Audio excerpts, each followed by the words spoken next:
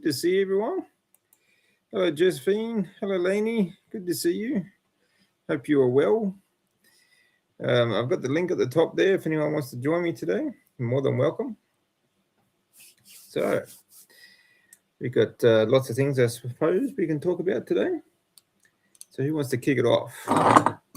Oops, just move a few things there. Let me just check that I'm not talking to myself, and we'll get started. Of course, everyone can bring up any subject they want and talk about. There we go. Okay, it's all working. Sweet. Laney, George, how you doing? Good to see you. Running Tab, good to see you. How you doing? Yeah. Jeannie, how you doing, mate? Been a while. So, always good to see everyone. And of course, the link's at the top there, on the top of the chat. So if you're welcome to join me as well. So I had a few questions for me this week. But I thought I'd touch on some of the things, the cold therapy. We're talking about, there's a lot of benefits actually, and fasting. You know, there was something that came up this week as well. So someone was talking about fasting and chemotherapy. There's a lot of good benefits to fasting, and there's a lot of synergistic sort of benefits to fasting that you get also from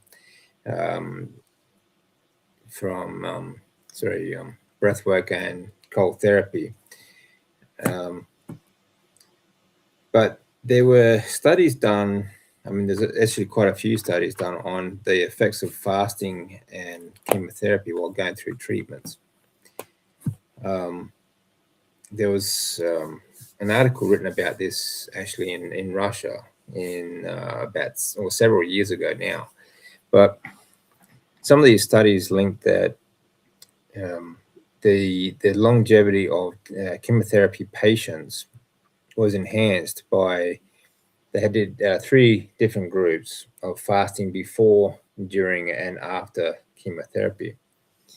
And what they found was that the recovery rate of people who fasted before the chemotherapy had a faster recovery rate and a more they had a higher rate of success after treatment as well. So then you had the next group who fasted for 24 hours beforehand and after treatment, and they were the next highest group. And the people who fasted afterwards completely, and then there was they compared this to people who did not fast at all during chemotherapy, and these were done primarily on patients with breast cancer, mostly women actually, breast cancer and what was the other one? The cervical cancer and stuff like that. So, but lymphoma was also in there as well. But they found that primarily the best results were fasting beforehand and during. But this is one of the reasons is that when you are fasting, you are basically, while your body is sort of, because one of the effects of fasting is to clear out dead cells from your lymphatic system and your blood system and so on, what they call zombie cells. Right?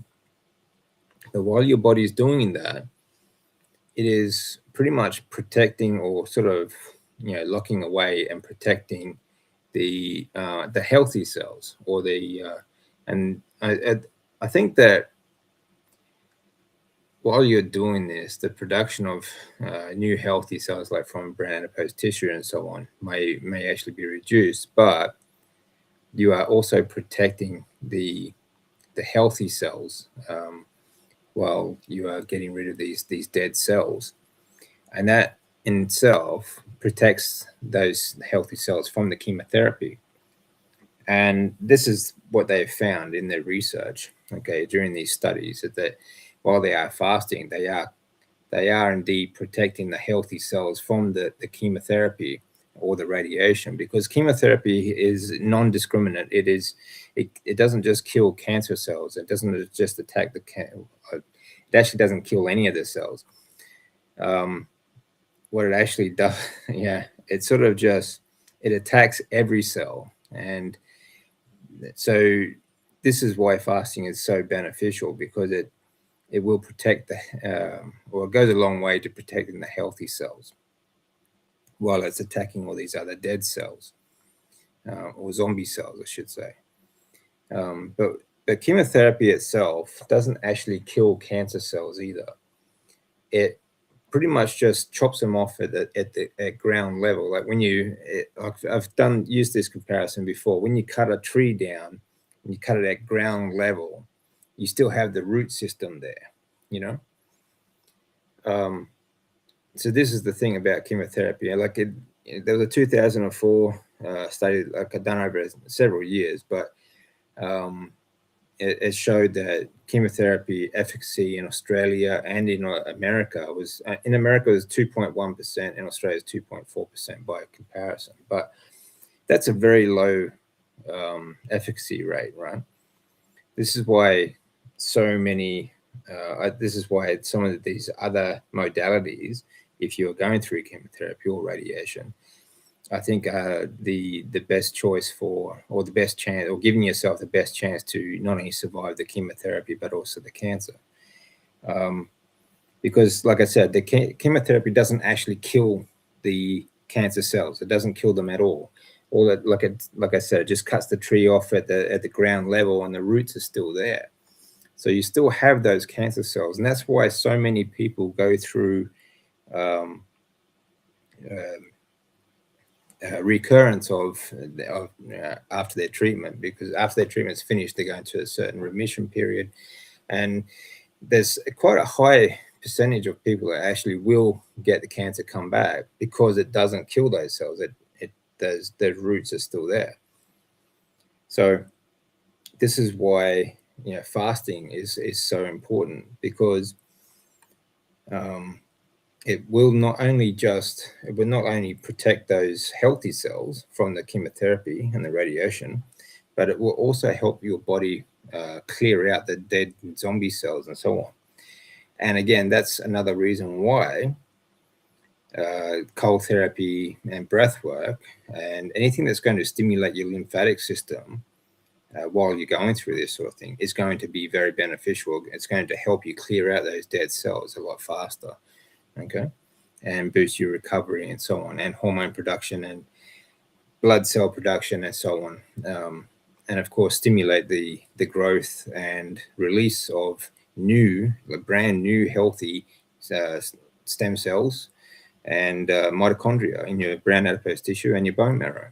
Okay, so this is something I didn't know at the time when I was going through chemotherapy. Honestly, 3 solid years of chemotherapy was a bloody hell. But the fact that I had such heavy dose chemotherapy and I was going through, after each treatment, I didn't fast beforehand. I fasted afterwards. Simply, I just could not eat anything, for at least the first week and sometimes longer. So that was something that saved my life. That was one of the things that saved my life. And of course, the heat coming out of me, I used cold showers simply because they felt good.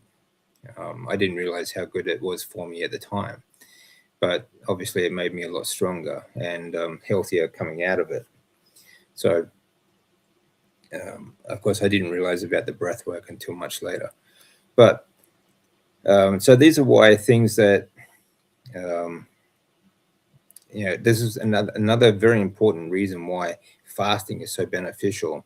And it's not just talking about cancer patients or people going through chemotherapy or radiation treatment or anything like that. But this is the same. You'll have the same response no matter what medication you are on. Okay, so for whatever disease you are going through, or health issue that you are having, fasting can be a very beneficial tool because it will protect against any kind of medication that you are on, because medications do not have a specific search and destroy sort of mechanism. They will target all of your cells basically. Okay. So before I go on, I will go through some of these comments, just catch up, see who's here. Hey, yeah, George. George is in the house. Good man. George, you're more than welcome to join me. Howdy, David. Howdy, beautiful Laney. Hey, George. Where was it? Morning, Jeannie. Yeah, good to see you, Jeannie. I haven't seen you for a while, man. Let me see. George is asking, anyone going on? You lot must be sick of me by now. No one's sick of you, George. Always good to have you on, mate. Always good to have a chat. Not this time, Jeannie. Okay, no worries, mate. There we go. Here's George. How you doing, mate? Yeah, do you want the honest answer, Dave? I'm absolutely exhausted. It's all finally caught up with me. I've been flat out now since June last year. Yeah. And I'm knackered, and that's the honest truth. I slept fair in this enough. morning, quite late. This weekend is a 3-day weekend in the UK because we have what they call a bank holiday on Monday. It's a May Day bank holiday. And, I'm going to do absolutely bugger all this weekend. Yep, apart from what I absolutely have to. So I am going to be quietly sat in the background. Going to get more sleep than I usually do. I'll be going on with Barbara in the morning, Grandma. But I'm going to give myself a pretty easy time of it because I am exhausted. And I've got a busy time coming up this summer with 3 meetups to go to, 2 in the UK, 1 in Michigan, the USA. I'm also helping Kerry bring Healing Humanity here to the UK. And I've got another project with the coming up with the product called Pluck, which is coming to the UK in the not too distant future, and I'm going to help the company promote that. Pluck, by the way, is freeze-dried ground organs, and it's considered to be a seasoning, but also a vitamin supplement. So, okay. I'm busy, Dave. I'm busy, but I'm also exhausted. So yeah, it's great to be here. It is. It's always great to see you, as always, and it's great to be in the chat as well. Yeah, always good to see you, mate. I thought I'd tell the truth once about how I am. You always say, I'm fine, but sometimes you're not. Even carnivals get run down, mate. You got too much going on. It's it's just the way it is. But it sounds like you're very busy anyway. Oh yes, and plus the fact I've got a 50-hour week in my regular day job as well. So it's it's busy times. Yeah, that's right. So, yeah, well, you're burning the candle at both ends, mate. But you got to give yourself a bit of rest time too. So it's good to have a weekend like that. Just do nothing, catch up with your own health. Yeah, I'll be doing the same this weekend. Actually, we got a long weekend, and I've just got a lot of writing and sort of stuff to catch up on. So I'm going to be doing that this weekend. Yeah. It all starts again next weekend, though, because on Saturday, myself and Laney are going to go and see our friend Louise, who the Noakes Foundation ambassador, and she's promised she's going to be putting us through our paces out in the countryside near where she lives on Saturday afternoon, and then having a good steak dinner on Saturday night. So it's all happening, Dave. It's just great to be part of this wonderful community because everybody talks about the big meetups, but don't forget the little ones as well. When you just go and visit a carnivore friend and go and do a bit of walking and then have a good catch up steak in the evening. There's a lot to be said for that. There really is. No, there is. Yeah, definitely. And it gets you more active too. Like in your downtime, you can get. It's more relaxing to go for a walk with a friend, and you're still getting in some exercise and everything. That's a great way to do it. Yeah, exactly. People always ask me because they see the results that I've had. No, that is the result. I always show that, and they say, "Oh, how much time do you spend in the gym? How much running do you do?" And I say, "Actually, nothing anymore." In my youth, as a soldier, as a rugby player, as a mountaineer, as a long distance cross country runner, I was always, I absolutely burnt myself out. My knees don't work anymore. They can walk. I can't run anymore. Yeah. I'm not inclined to go to the gym. I have an inguinal hernia, so I can't do any lifting. But that results are gained just by being active and eating correctly. Yeah. When I say active, I mean I'm out in the fresh air all day on the building site where I am.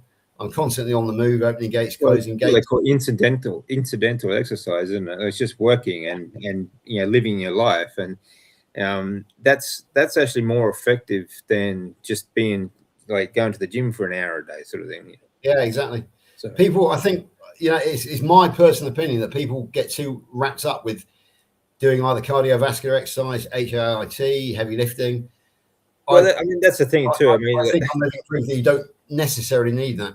No, that's right. Exactly, you don't. And this again, it comes down to the fitness industry. Like all exercise and all work is all cardiovascular work. You still need your heart. You still need oxygen in the cells. Yes, if you don't get oxygen to the cells, then your cells are dead. Yeah, exactly. So it's like an over complicated sort of part of it, I guess, or it's just not nuanced enough, perhaps. I don't know, but the whole fitness industry, the whole world's going to shit basically, and people are more worried about getting the bloody abs, getting the six-pack abs. You got to be kidding me. Yeah, exactly. Seriously. I mean, when it comes to getting oxygen to your cells, I would argue, on your behalf, in fact, that breath work and correct breathing is actually more important than going out and getting your heart rate up to going for a run. Because 100%. If you can do the breath work properly, then you're going to be getting the oxygen to your bloodstream, and you're also, if you hold it, you're going to be getting the CO2. I know you're a great fan of CO2, of carbon dioxide. So that's the thing, that is it's a bit like, I suppose, going for a run would be a bit like putting the roof on a house without actually laying the foundations of breath work, if that makes sense. Yeah, that's right. Exactly. No, that's exactly right. And it's the same with whether you are specific about exercise or not. That's exactly right. If you got to get those foundations set up before you can put the roof on the house. And the way if people are so worried about losing body fat, for example, you don't oxidize fat without oxygen. So when you lose fat, you breathe it out. So you got to get that right. You got to get your CO2 levels up. So, but this is people think that CO2 is a toxin that is causing global warming. What a crock! It's unbelievable. No, it's part of a cycle, isn't it? It gets recycled CO2 back into. Of course it does. I mean, if you want to talk about environmental issues, like it's 0.04% of the atmospheric gas. There's no way that could cause anything. And like one volcanic reaction can pretty much put out more CO2 than the entire history of humanity. All right. So, but apart from that, the more CO2 we have, we're actually in a CO2 drought at the moment. Throughout the history, there's been much higher levels, even like 11,000 parts per million back in the dinosaur period, where it was more green. Without CO2, we don't get the greenery. Nothing grows. That's why greenhouses literally have what they call little machines in their greenhouses. They're called CO2 blowers. They actually blow CO2 into the greenhouse so that the plant life grows. And it's just as important for us too. Without CO2, we cannot breathe. That's why asthmatics, have trouble breathing. They don't have enough CO2 levels in their blood to, for the vasodilation for a start, but for the capillaries to relax and for them to actually breathe out and get oxygen to the cells so that they can then breathe out. So it's a vital gas, and it's just another reason that, or just more proof that these powers that be, that demonize everything that's healthy. It's unbelievable, but it's educating people is a difficult process these days, because it's the education system is so good, so far gone. Eleni's gone down to OMED, eh? Very good. Yeah, she has. Yeah, very good. So how's she feeling on that? we better ask her in a minute. She's actually, but you know, Lainey, she's in living the. These are the Still a days of her bundle life. of Really. energy. Yeah, Back, well, that's good. big time Yeah. back, yeah, and, full of energy, and she's like a domestic whirlwind.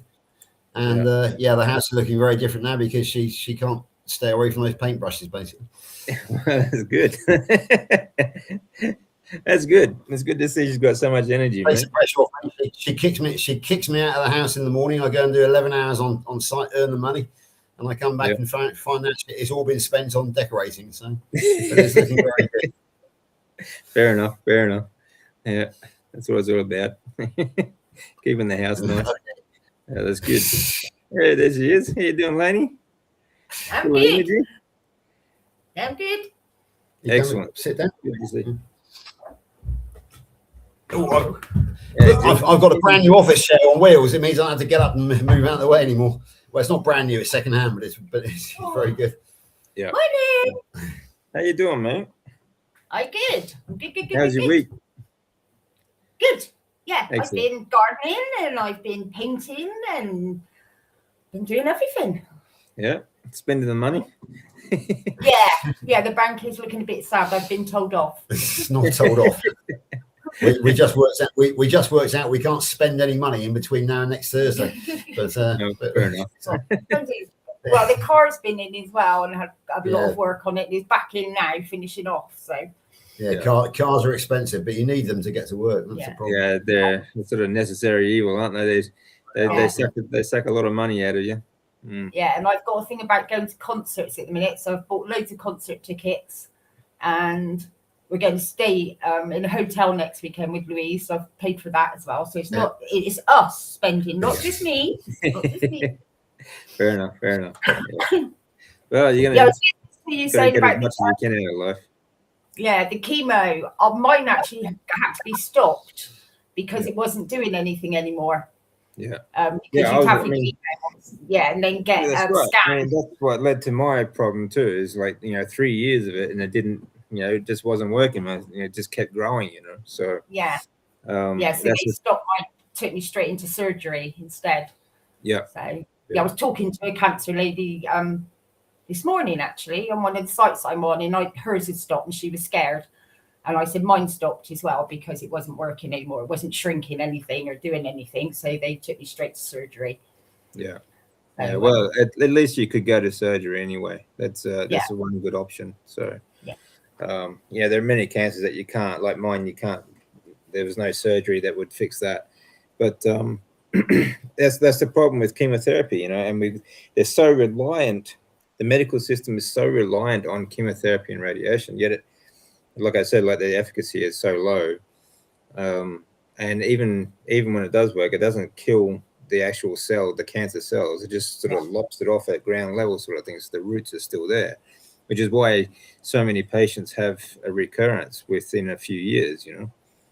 That's one of the reasons I went proper carnivore, because my tumor markers were starting to go up again, and it was going up quite rapidly. So I was like, whoa, stop this, stop all sugars, and went proper carnivore. That's when I hit it, and it's completely settled it down. Yeah, well, that's good. So, I mean, that's the thing, isn't it? I mean, that's a good. It's great. I mean, it's actually a great story. You've got great proof of that, because I didn't have. I didn't go through that. I didn't start carnivore until much later, until after the transplant. But there are. I mean, obviously there are other things that help, but I think it's great that you've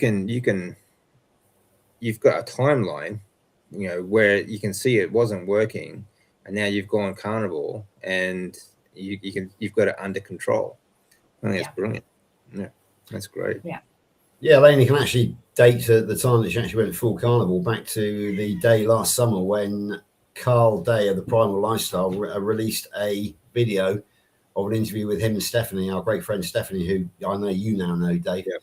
And yes, it was Stephanie's testimony, telling her story, as Dr. Kills would say, that actually sent Lainey into full carnivore, and it's definitely it's helped a lot. Yeah, that's good, because like you said, like I mean, it sometimes it will work for like the first couple of treatments, but then after that, it will just stop working for some reason because the cancer adapts and it just starts growing again, even while you're going through treatment.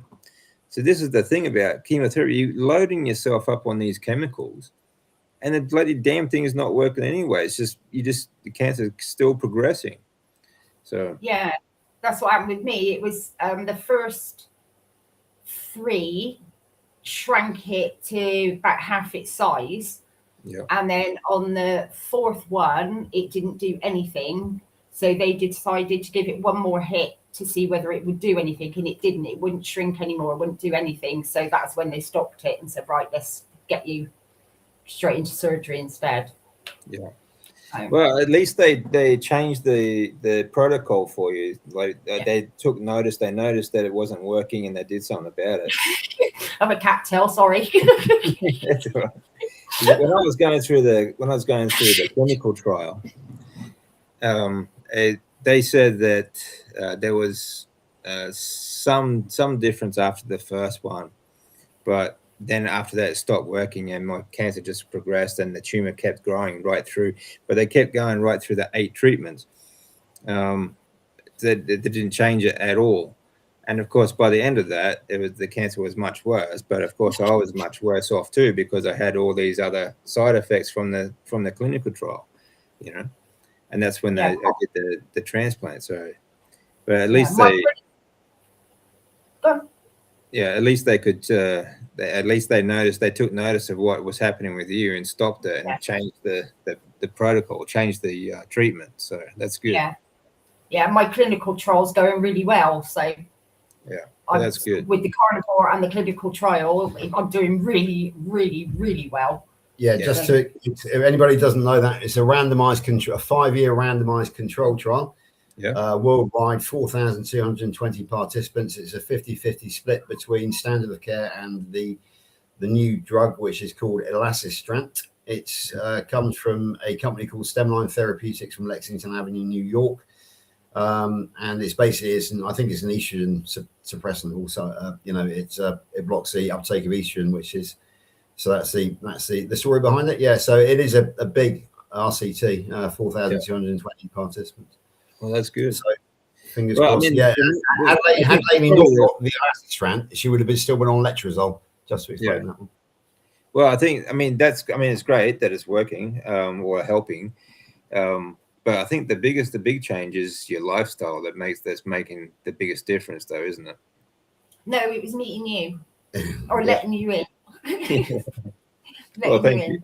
Well, I'm glad I've helped. Yeah, you've made a massive, massive difference.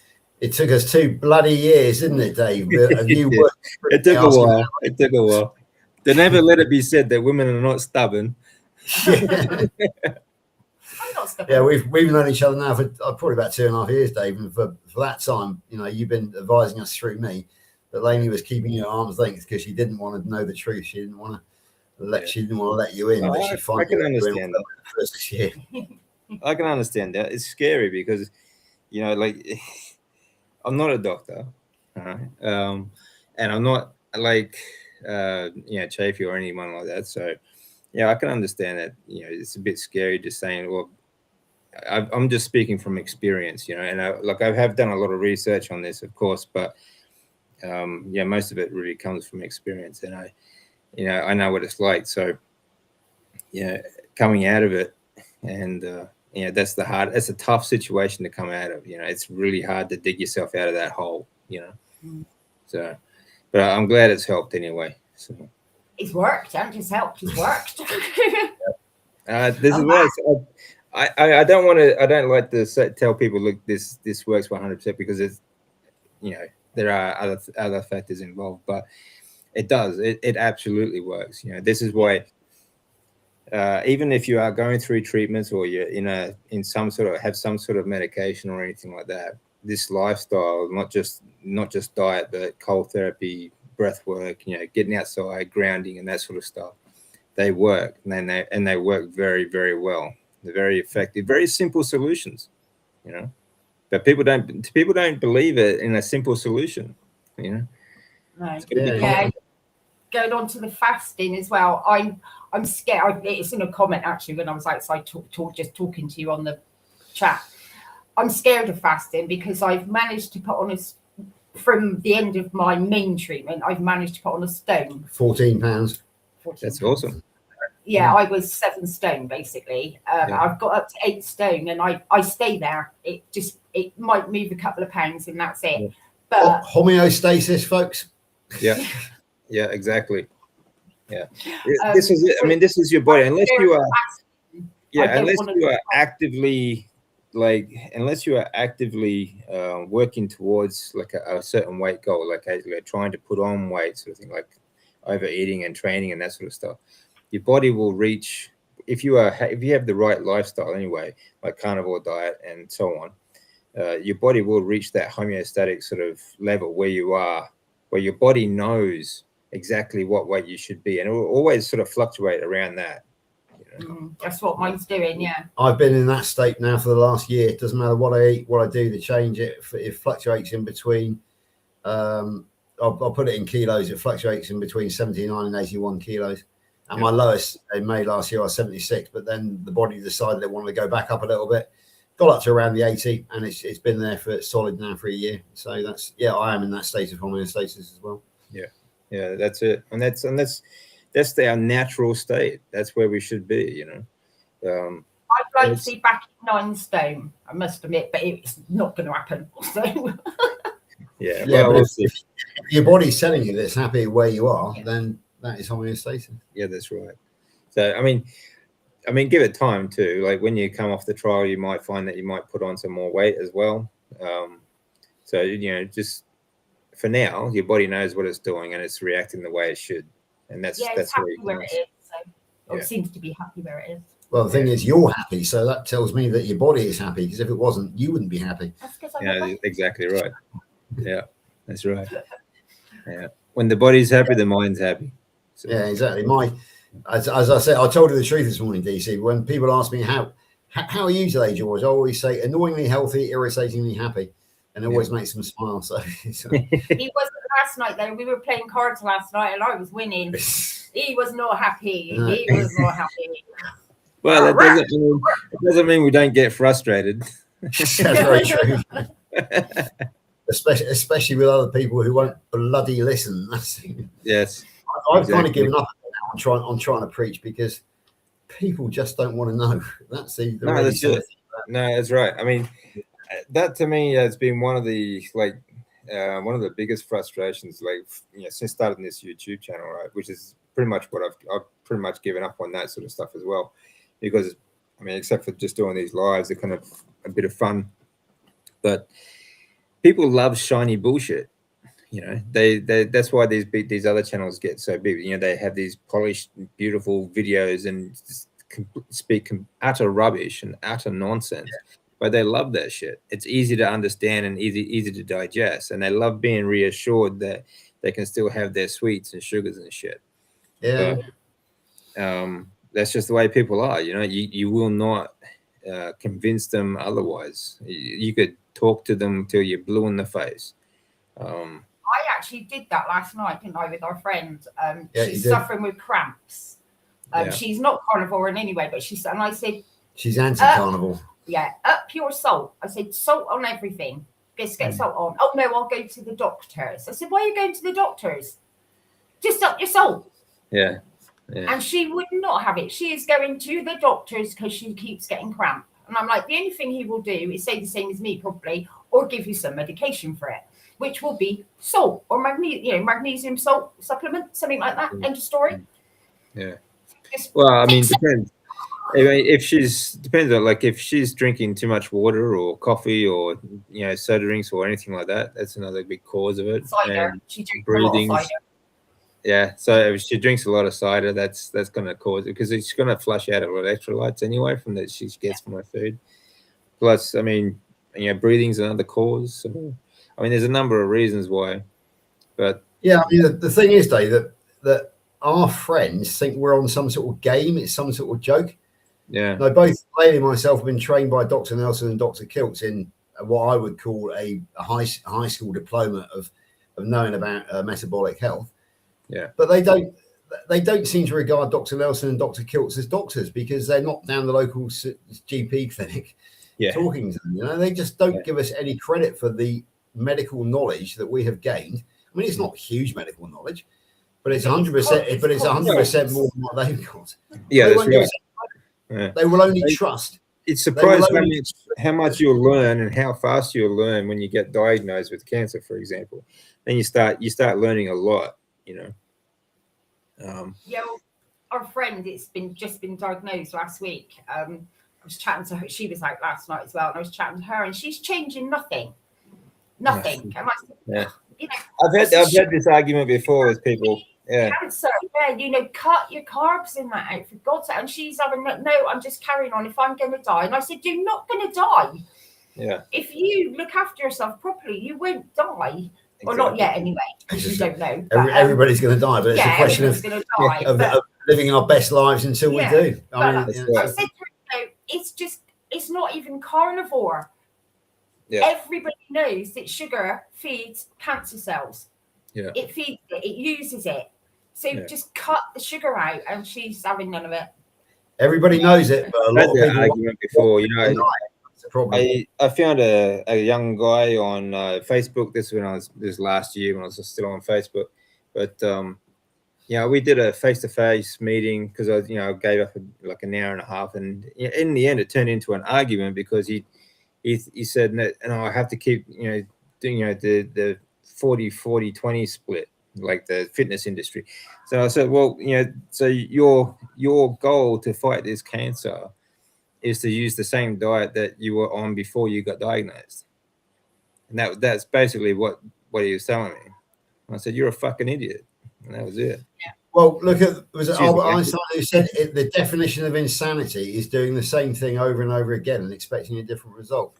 Exactly and right. We are in that insanity with the mainstream medical industry now, because they are telling us to do the same thing over and over again, but better, and expect a different result. We're not going to get it. Exactly right.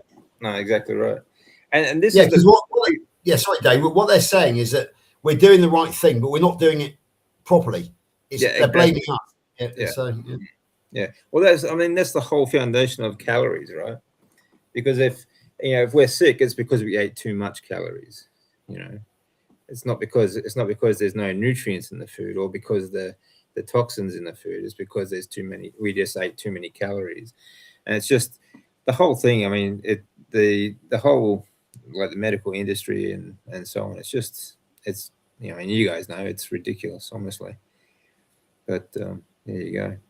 Just getting to your comment here, George. It's like autophagy is a constant, but fasting increases the effectiveness. Yeah, well, that's true. Especially if you are on the carnivore diet, is also a fasting mimicking diet. So if you are on a good clean carnivore diet, okay, not some, there's a number of variations out there, but you basically get the same result from a clean carnivore diet as well. So this is another good reason why people have such a good health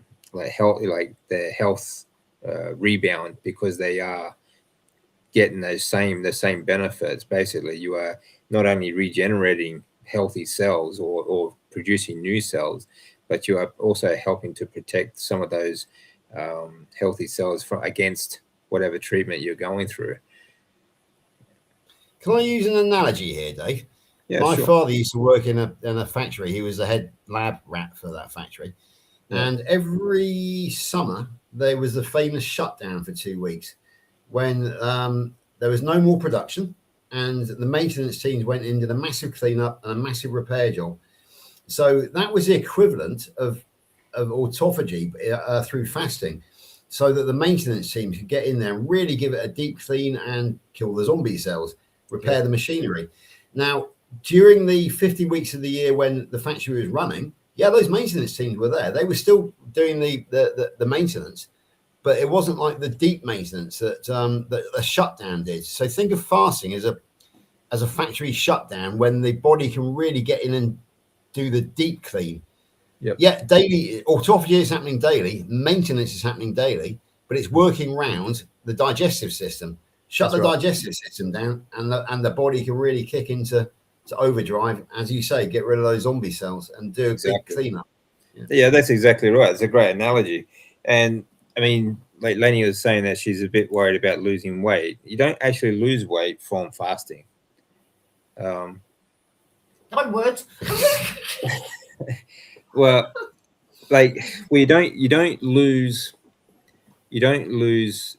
necessary weight, I should say. Like you don't lose muscle tissue, you don't lose bone tissue, and you don't lose connective tissue weight. Okay, you do lose fat, right? Because you are cleaning out those fat cells, right? You are cleaning out all those other dead cells and so on. And like, I mean, you don't really have to do this. Like if you're on a good, clean carnivore diet, as you are. So look, I'm not saying you should do this. I'm just saying that this is another good benefit. But if you have trouble with doing prolonged fast, for example, adding the cold therapy and breath work will speed things up at least 3 to 4 times faster.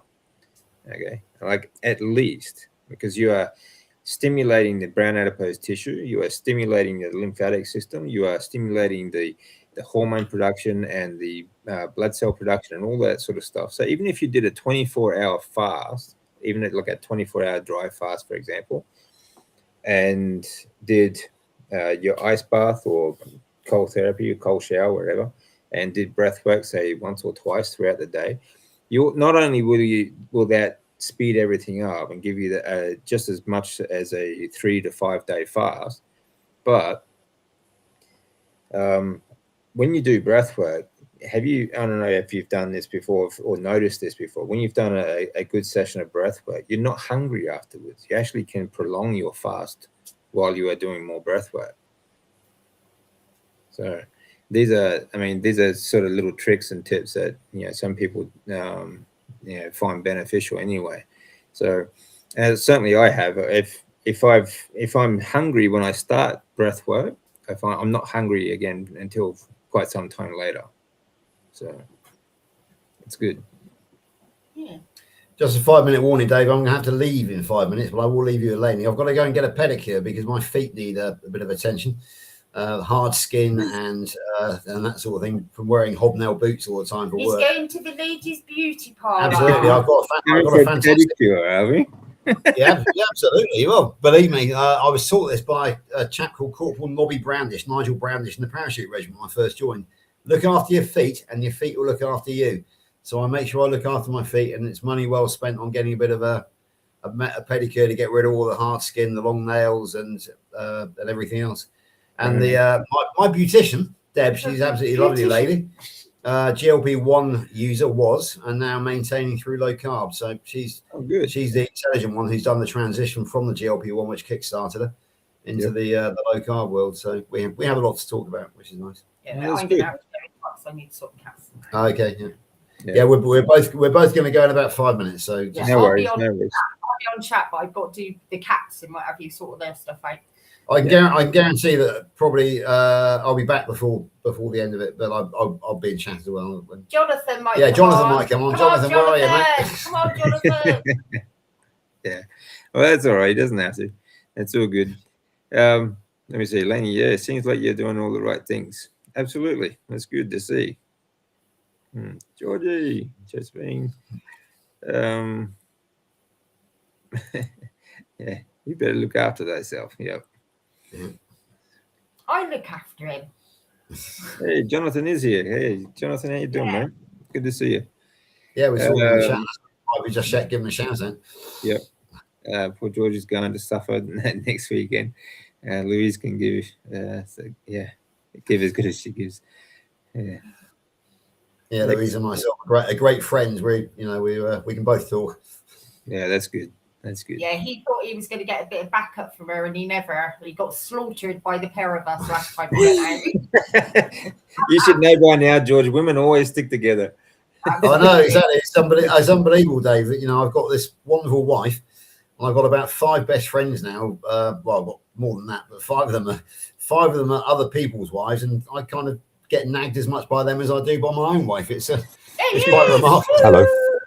Hello, Jonathan. Surprise visitor. Jonathan, how you doing, Yeah, bro? well done, Steve.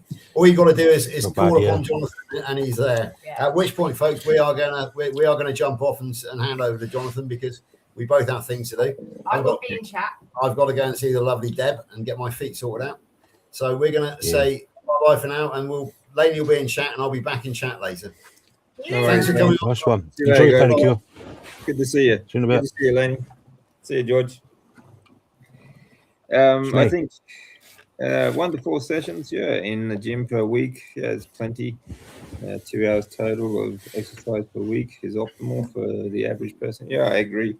Yeah, on top of an active lifestyle, like going to work and doing other things as well. Yeah, definitely don't need more than that. So, how you been, man? Sore this past week, like bone sore. Okay. So I've been messing around my pillows all morning. So it turns out I've got 6 normal size pillows, 3 extra long pillows, and 2 bed wedges. I still can't get comfy. So my bed's like a nest. It's like a, like a bird's nest. and stuff. Yeah. Fair enough. Something like 84% of adipose tissue that we lose is simply mass filled through breathing out. Exactly. Yeah. That's about 84%. Yeah. When I told Jo that, she was like, she couldn't believe it. She's like, really? I was like, yeah, look it up. Because if you think, even if we put the other studies together, we'd still work out the same results. As if we did a DEXA scan on someone, they had 10 kilos of fat, then that was day 1. And say 4 weeks later, we did a DEXA scan again, they've got 8 kilos of fat.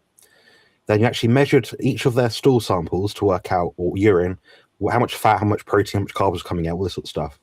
You'll find out, it is actually that amount. So they obviously put people in a metabolic ward, measure the gaseous exchange between in and out of the ward, I guess you could say, the chamber over a set period of time. They extrapolated from that, and they worked out is most of the weight we lose, because like fat loss is breathing out. Exactly. Weird. Yeah, that's right. So it's a bit strange, isn't it? But I mean, you think about other ways that we could lose it, like sweating and so on, and water and stuff. But but this is why I tell people, like, getting your breathing efficient, being an efficient breather, will make you a much leaner athlete as well. So definitely, for sure. Around 90 minutes of intense resistance training exercise matches approximately 3 days of strict water only fast. Very much. Regards to improving blood glucose and insulin resistance. Yeah, that's interesting. That's very good. This relates to a consult I actually had yesterday of a lady. I can't give too much away, like personal info, but basically she got into a chronic state of like overtraining. So she does like 15,000 steps a day, 5 to 6 training sessions a week, and about 20 sets per session.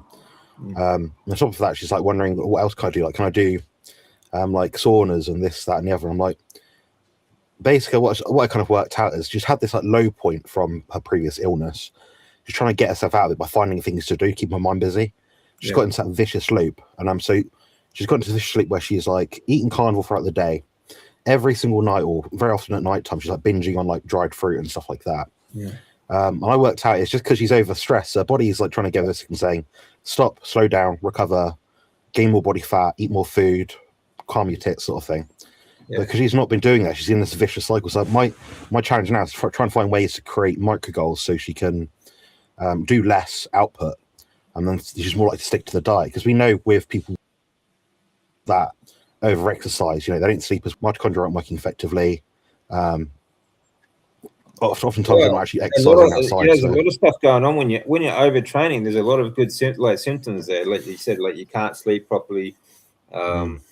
You also, like, if you get like I've noticed this in blood work, certainly my blood work, when I overtrain, your platelets and all your blood cell count markers go way down. Like it's just an acute reaction. But when you are overtraining, if you're doing that constantly, your cell production goes down, and you're open to infection and stuff like that.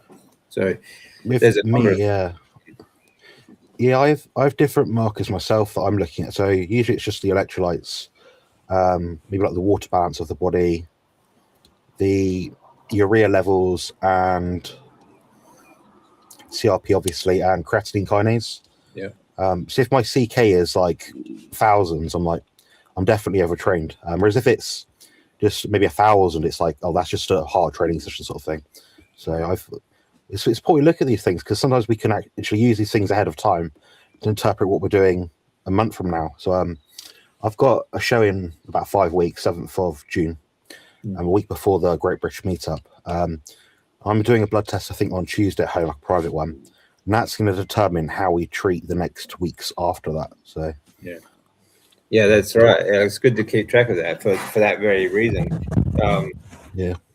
I mean, it's good to understand when. I mean, it's difficult. I find it's difficult to reassure people too that when they're overtraining, because they think they need to keep doing more. They always need to keep doing more, and it's kind of it's difficult to tell them to slow down a bit and just let the body sort of recover more. They don't believe that they can do less and still get more gains. So yeah, what I usually do is I just send them, like, my other clients that have a similar situation to them, like before and after. This is their story, sort of thing. This is what I do in the gym. This is me a year ago. This is me now. Obviously, something works. So they just kind of need proof of concept before they actually adapt to that change, I guess. yeah, that's right. Yeah, I guess. So yeah, I think it's something I keep an eye on anyway as well. Like my blood markers. I mean, for my situation, obviously, it's important because I try to get my platelets up and my red cells and everything like that. I'll keep them up, but yeah, I can always tell when I'm overtrained because they dip really quickly. Yeah. My sister-in-law is getting her gallbladder cut out next week. My family don't listen to my advice. Yeah, this is an inevitable. Yeah, exactly. They're so quick to cut. This is the thing that pisses me off about doctors too. They're so quick to cut things out of you, rather than just fixing the damn problem. Oh, we don't need that, so just let's get rid of it. Yeah, you try living without it. I explained this already, and I said to my brother and that, oh, these are some supplements that can help with, like, the gallbladder function, things like the whole digestive system. I don't think he got her to take them, and it's like, well, maybe that staved off her needing this for a year. Maybe, I don't know. But you mean, your body's born. Mark Case before, isn't he? He's like, your body's born with the things that it needs. Anything it doesn't need, it's dropped off or doesn't work as well anymore. But obviously, the body does need it. So yeah, that's right. I mean, it's there for a reason. There's a reason that it was there. The only reason that it's not working properly is because the crap food that we're eating, the crap lifestyle that we're living. That's what people don't understand. So I don't know why the stats are about. They think 70% of it is dietary induced. I think it's more. I think it's more than that. Yeah. I think it'd be like 100%. I mean, yeah. If it was a genetic thing, it would be something that the body would have, evolved without, over the years. I mean, it's serious. We have genetic, like, intolerances and weaknesses. Like, a perfect example, you might have a set of brothers, a year or two gap between them, same parents, sort of thing, similar genetics, obviously. One will always be injured in sport when they're playing football in school. The other one won't. Yeah. There's probably something to that. There's some sort of, like, where the joints don't heal as quickly, and so, probably the same thing with digestion and stuff like that. It just doesn't mean, oh, it's genetic, you can't do anything about it. It means, well, no, you just have to pay more attention and concern to that because of the fact. Yeah. Yeah, that's true too. I mean, there are always going to be certain intolerances. Like some people can't handle dairy, for example. I think a lot of that is also just because today's dairy is heavily processed and so on. But I mean, some people can handle it without a problem as well. So they can handle all that extra processing and so on. But at the end of the day, if it was so important that someone needed to have something removed, I'm pretty sure genetically, would have come out of the human species a long time ago. So yeah, I just think doctors are so quick and easy. Like, oh well, if it's okay, if you can live without it, then we'll just cut it out and we'll, charge you a surgery and so on. Just it's a simple procedure. It is effective. It's quite low risk. It can be done in like a micro fashion, whatever it's called. But it's at the end of the day, you still got to recover from that. It's not like having your hair cut. Oh, it just grows back. Yeah, that's right. Oh, you have a haircut again. You don't notice if it's growing back or not, sort of thing. Yeah. But that sort of thing, you're walking around with a bloody stomach gash sort of thing for a while. So yeah, that's right. Yeah, and you've got to live with the consequences for the rest of your life as well. Yeah, much higher probability of different comorbidities. So exactly.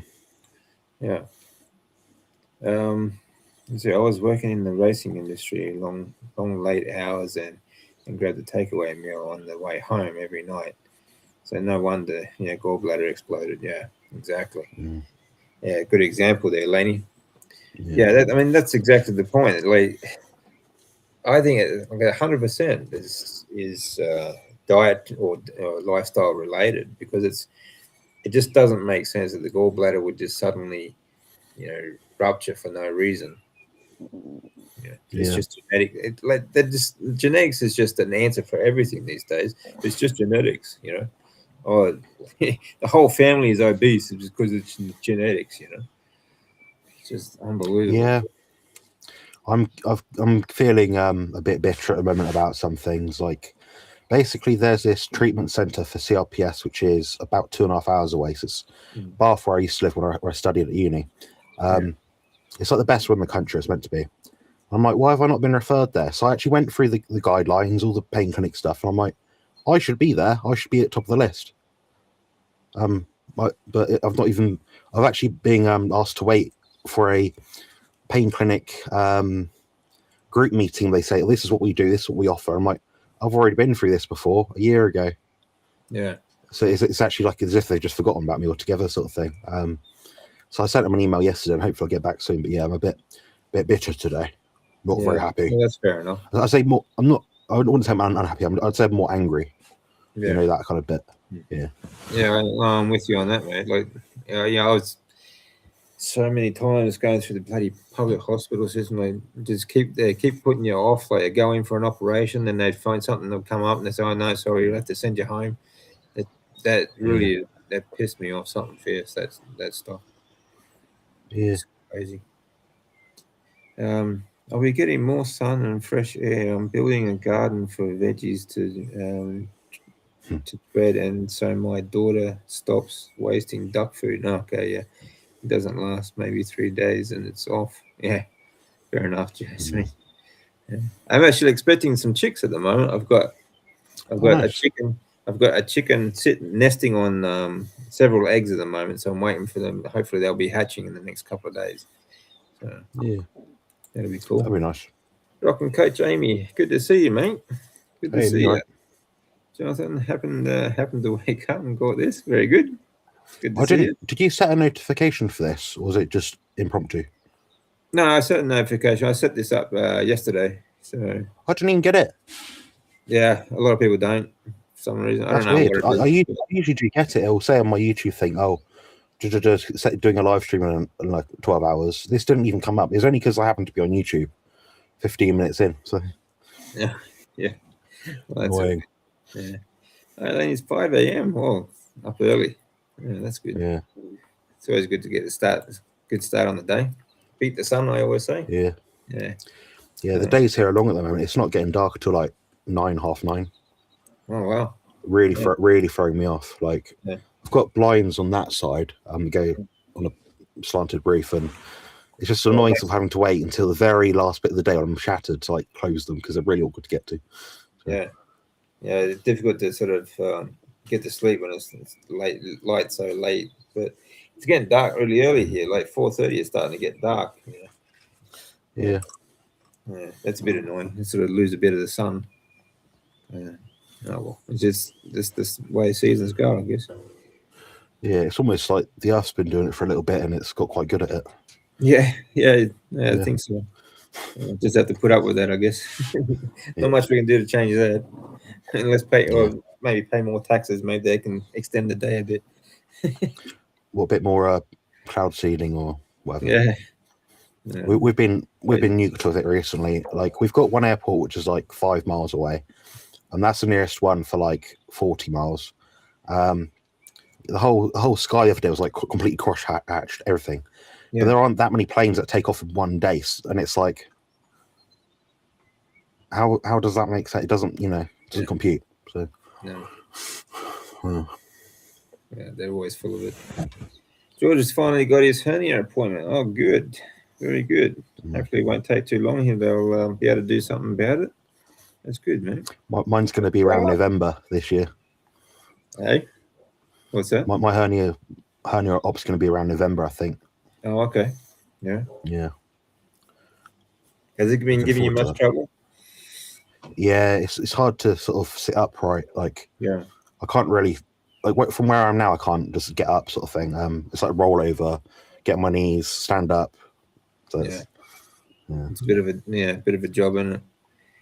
Yeah. Annabella, good to see you, mate. Yeah. Hope you're doing well. I wish we could have chickens here. I'd like to do that. No, chicken would be yummy. Yeah, for sure. I like the chickens, actually. I like having them around. I like feeding them, and they're sort of they're kind of fun, actually. I got 2 very impatient red chickens that won't wait for me to put the food on the ground for them. So they jump up as soon as I walk in, they jump. I've got chicken on each arm, just eating out of my hands. But they're a lot of fun, actually. I sort of like, most of the time I just let them eat out of the garden and let them roam around the garden all day. But a couple of them are now nesting on some eggs, and I'm looking forward to getting the little baby ones. So very good. More chickens, more eggs, more healthy eggs. I've been growing. I've got several water tanks on the house, and I've got overflow tanks. I'm been growing duckweed and what they call azola. These are plants that are quite high in amino acids.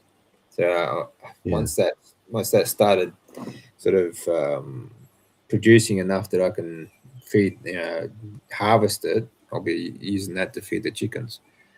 So yeah. So what do you got going on this weekend, mate? Today's a pretty chill day. I've got like a pain video meeting group thing later. It's I think like 7 o'clock UK time. Tomorrow I've got gym in the morning. What check-ins today as well. One of my clients is competing in Spain, and I'm trying to think what else. Preparing for my nan's funeral next week, and I think that's about it. What about you? This is about it, actually. I'm just we've got a Labor Day weekend. This 3-day weekend this weekend, so I'm just going to catch up. We've got bank holiday, yeah. And so I'm just going to be catching up on some writing and a few other things, but that's about it. Maybe do a bit of yard work, but yeah, I'm just going to take it easy. Apart from that, really, not a whole lot. So yeah. Maybe do a bit of stretching. Flexibility has been bloody terrible. Yeah, I know that one. I've added in like some core work or trunk work into my training pre-workout now. So it's just like decline ab vacuums, which got cat cows, a light bit of like dynamic stretching, nothing too much. But yeah, my flexibility and mobility is getting worse. I think, but I need to keep on top of that. Yeah, I imagine. Well, it's pretty hard to stretch in your situation, I imagine. When your hips feel like they're going to pop out and your bones popping at your spine all day, it's like it's terrifying. yeah, I imagine it would be. But I mean, how do you go with the core work though? Doesn't cause enough too much pain? Yeah, that can be painful. Usually, what I do is if I use like a decline bench, you can hook your legs through. I'll like flex my hamstrings and glutes, so it takes some of the strain off the hip flexors. So I'm actually like doing almost like a hamstring curl as I'm like going back, I just do the crunch movement, not the sit up, because obviously that can irritate your lower back. Yeah. Ab vacuums are fine. I tend to prefer doing them lying down with my legs slightly elevated now. It's really hard to train. It's like you're trying, like when you start going to the gym, you're trying to like flex a muscle, it just doesn't connect. It's a bit like that. Yeah. But yeah. I mean, that's it's when you have any kind of injury or obviously like something like you've got, it's really difficult to avoid pain altogether. But there's always like obviously you found there's always a way to sort of work around it. That's why I like to try to get across to people that you're better off finding a way to work around it to avoid the pain as much as you can. But even exercising that same muscle, that even if like you've got a pull muscle or strain muscle or something, sometimes your recovery will be faster if you continue to exercise. Rather than just sitting around doing nothing, and you just get weaker and weaker, and it's just only going to get worse. But I found when I had my surgery on this arm and shoulder, I was expecting to be all like withered like by the end of it all. My shoulders are actually bigger now. I think that's because I've been more attentive to training them properly. So I've been like hyper focused on them. So it's actually worked out right. So it doesn't mean that just because you have an injury, it's like your best days are over. You can actually get better from it still. So. Yeah, that's right. Yeah, exactly. Yeah, like you said, when you do get an injury like that, like with your shoulder or anything like that, it tends to like sort of redirect your focus, and like you do come back a lot stronger and a lot better and a lot faster as well. That's a good thing. Joe's training once a week as well now. Good. She can actually do those, those dragon flags she do of the legs. Yep. It's quite impressive. Like I when she said, "Oh, I can do these," I was expecting to, when people at the gym they say, "Oh, I can do this," you look at it and you're like, "That's a bit shit." No, I was actually quite impressed. I actually thought that's actually really good considering she's not like a fitness person. Yeah. No, that's very good. Yeah, a lot of it. I mean, I find like things like dragon flags and things like that. It's not really. It's not so much a strength skill as it is more of an activation skill, like being able to activate your core. It's more of a neurological sort of thing, Yeah. So it just takes practice. Annabella is saying, I've been really sick. I have an ulcer now. Oh, that's not good. I need an endoscopy. Well, that's not good. Well, I hope you, Annabella, I know you're going through a tough time, but I hope you come back from it pretty quick. Ulcers are, it stresses another aggravator of ulcers and so on. So it's definitely the situation. It's kind of like a catch-22, isn't it? Like you get sick, like you get an ulcer, for example, and then you start stressing about it, and then of course, you just make the ulcer worse. Same with people stressing about cortisol. This is one of the crazy things about the fitness industry these days. Get cortisol down. Everyone stresses about losing fat and so on. Yeah, it's like they're trying to use this like it's like a buzzword, isn't it? It's like, oh, I've got elevated cortisol levels. Well, my levels have always been elevated forever. I've never had a normal reading ever, I don't think. No. They've been like high elevated and slightly low elevated, but never within range. But it's like, well, that's what my body's trying to do. Is trying to create, a cascade of hormones to deliver me response to let me to do certain things in a certain way I do them. And if I was a lackadaisical person, like a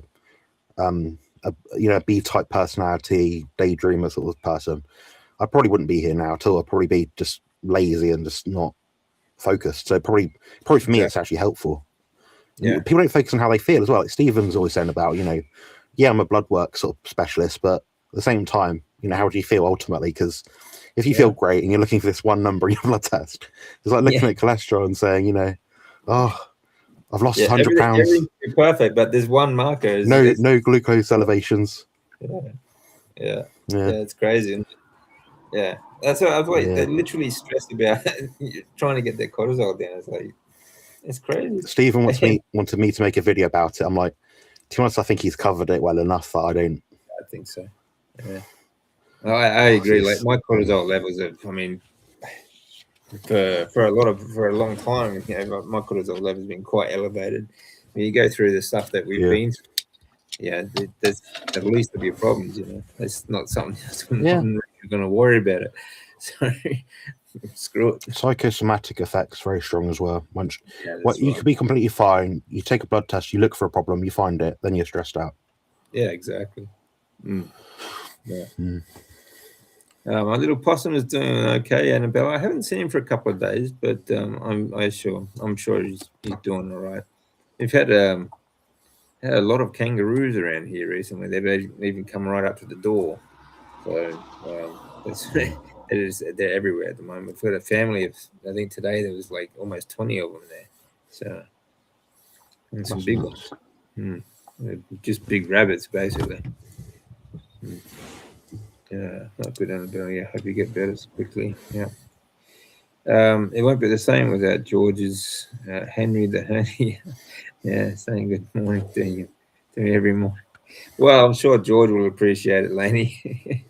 It's one family member you don't need. Yeah. Sometimes you just got to cut people loose. You know, that's it. You just got to cut toxic people loose. You know. Let's see. It's beautiful. You'll be. Yeah, thoughts too. Ulcers are terribly painful. I wouldn't be able to eat if I didn't have pain relief. Yeah, I can understand that. Yeah, I had an ulcer the size of my fist in my stomach after the transplant. I couldn't eat, and I was starving hungry. I didn't fast for a long time after this because it scared me because I was so hungry when I was going through that. And like this ulcer, I mean, it was massive in my stomach. I just couldn't get anything down, and it was extremely painful, and especially at the time because all the my stomach had basically burnt a hole in it, and I burnt a hole like basically all through my esophagus and everything because so many layers of skin, like thick layers of skin, were just peeling off because of the chemotherapy. So the whole thing was incredibly painful, actually. But it's it can stop you eating. Hey BK, good to see you, mate. How are things over there? Hello. A friend shouted me a natural therapist appointment this week. I've started using castor oil on my hips. Okay, not bad. There's a few other things I've been doing, so hopefully I'll feel better. You know, castor oil. I don't know have you used castor oil for anything, Jonathan? I've heard some very good stuff about it. I mean, obviously, like I've used it personally. Yeah, I didn't find much benefit. I don't think I noticed anything. But then loads of people have noticed stuff, so I don't want to dismiss it as being useless. You know. Yeah, that's the thing. Like I haven't. I mean, I felt good when I have used it, but I don't really notice a big effect. But some people have said like even rubbing castor oil on their belly, for example, has helped them reduce fat around their belly and so on, because through absorption and so on.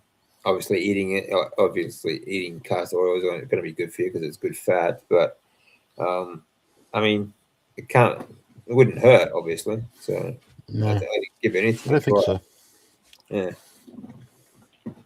But they said, I've seen, some people have said it's been good for wound healing and things like that as well too. So, Yeah. Yeah, I'm a fan of topical GHK, and hyaluronic acid. Oh yeah. Yeah, some good stuff. That heals stuff quite quick. Yeah. Oh, thank you, Annabella. I appreciate it. Excellent. Yeah, it's always good to help, and it's always good to see you. So, I think I don't know. I mean, I do have actually. I've got a moisturizer that I use. It's made from tallow and castor oil.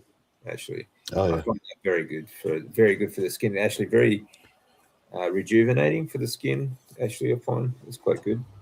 So yeah, my skin quality is very, very good. Like, considering I look slightly aged, the actual quality of my skin, like the plumpness, the texture, is actually very good. But I use beef fat and proper diet and all that stuff, so yeah, it definitely does something. Yeah, I definitely feel a difference with that when I use like natural fats. I mean, I'm 53 and I've been through hell and back with the chemotherapy and so on. So, and my skin is pretty good, better than average. Yeah, I'd say so. Yeah, definitely.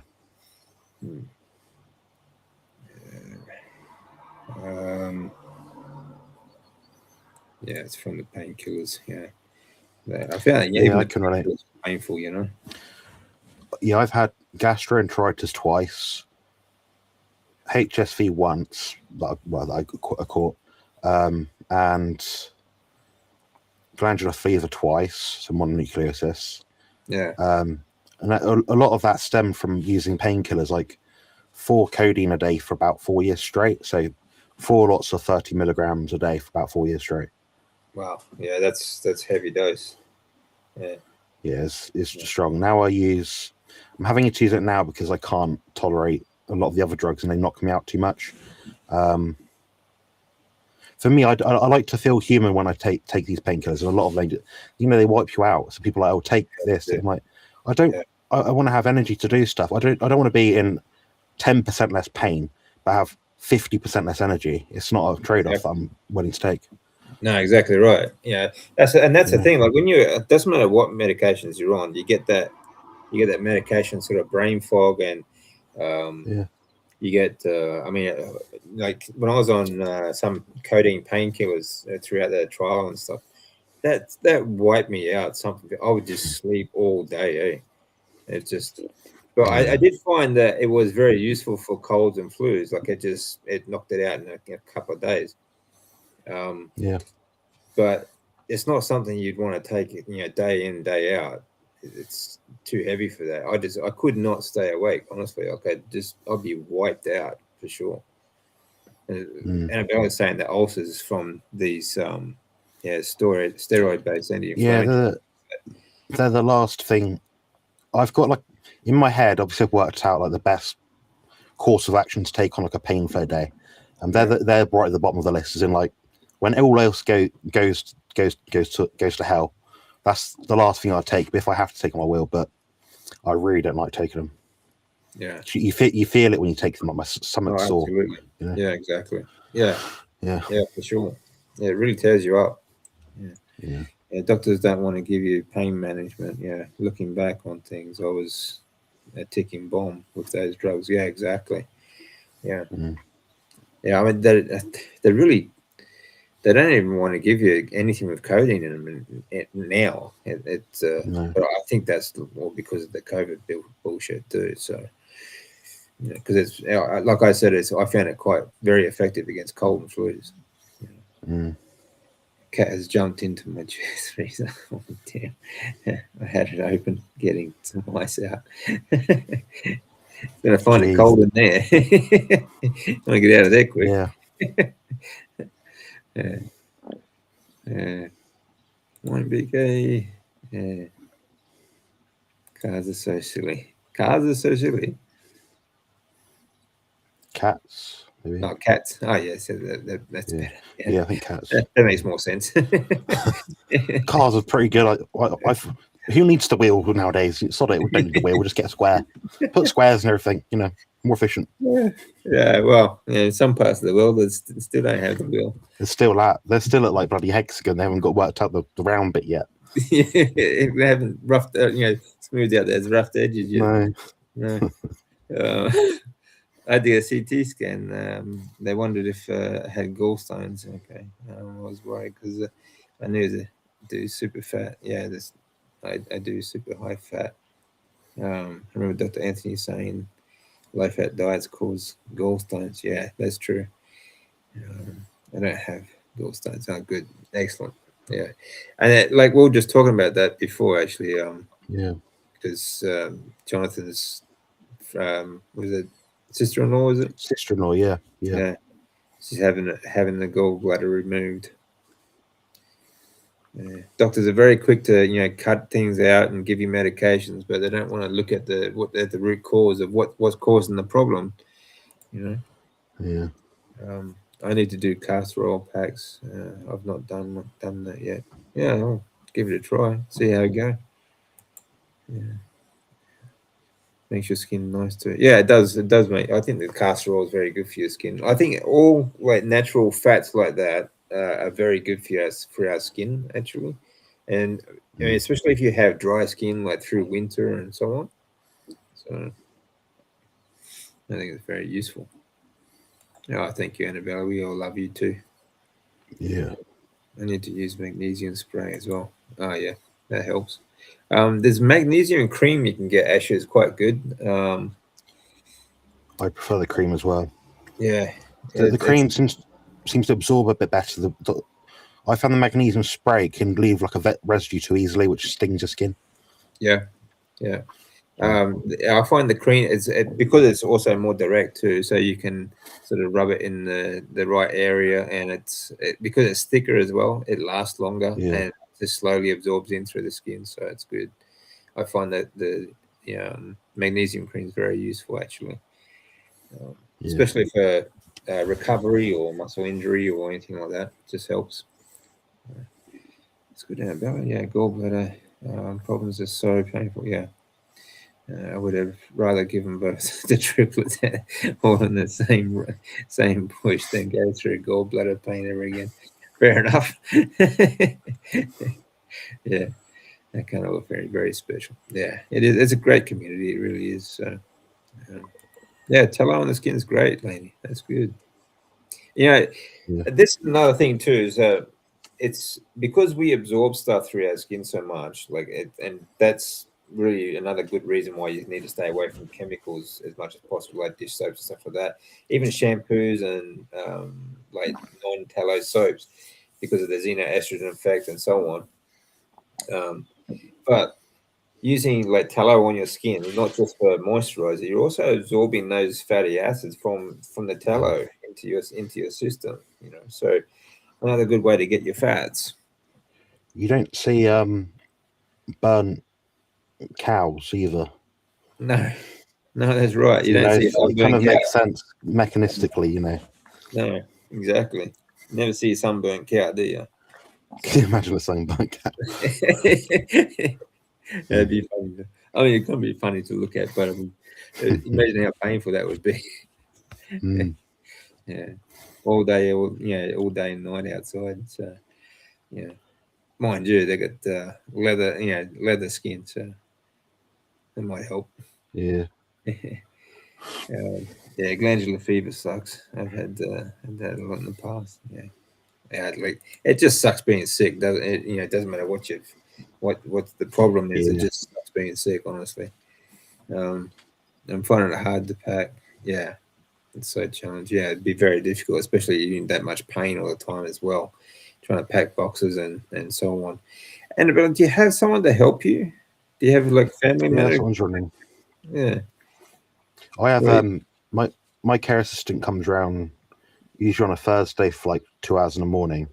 Yeah. Stuff like that only doing, like cleaning the bottom shelves of my fridge or stuff like that, my room, changing bed sheets. He helps with all that stuff, just can't do it.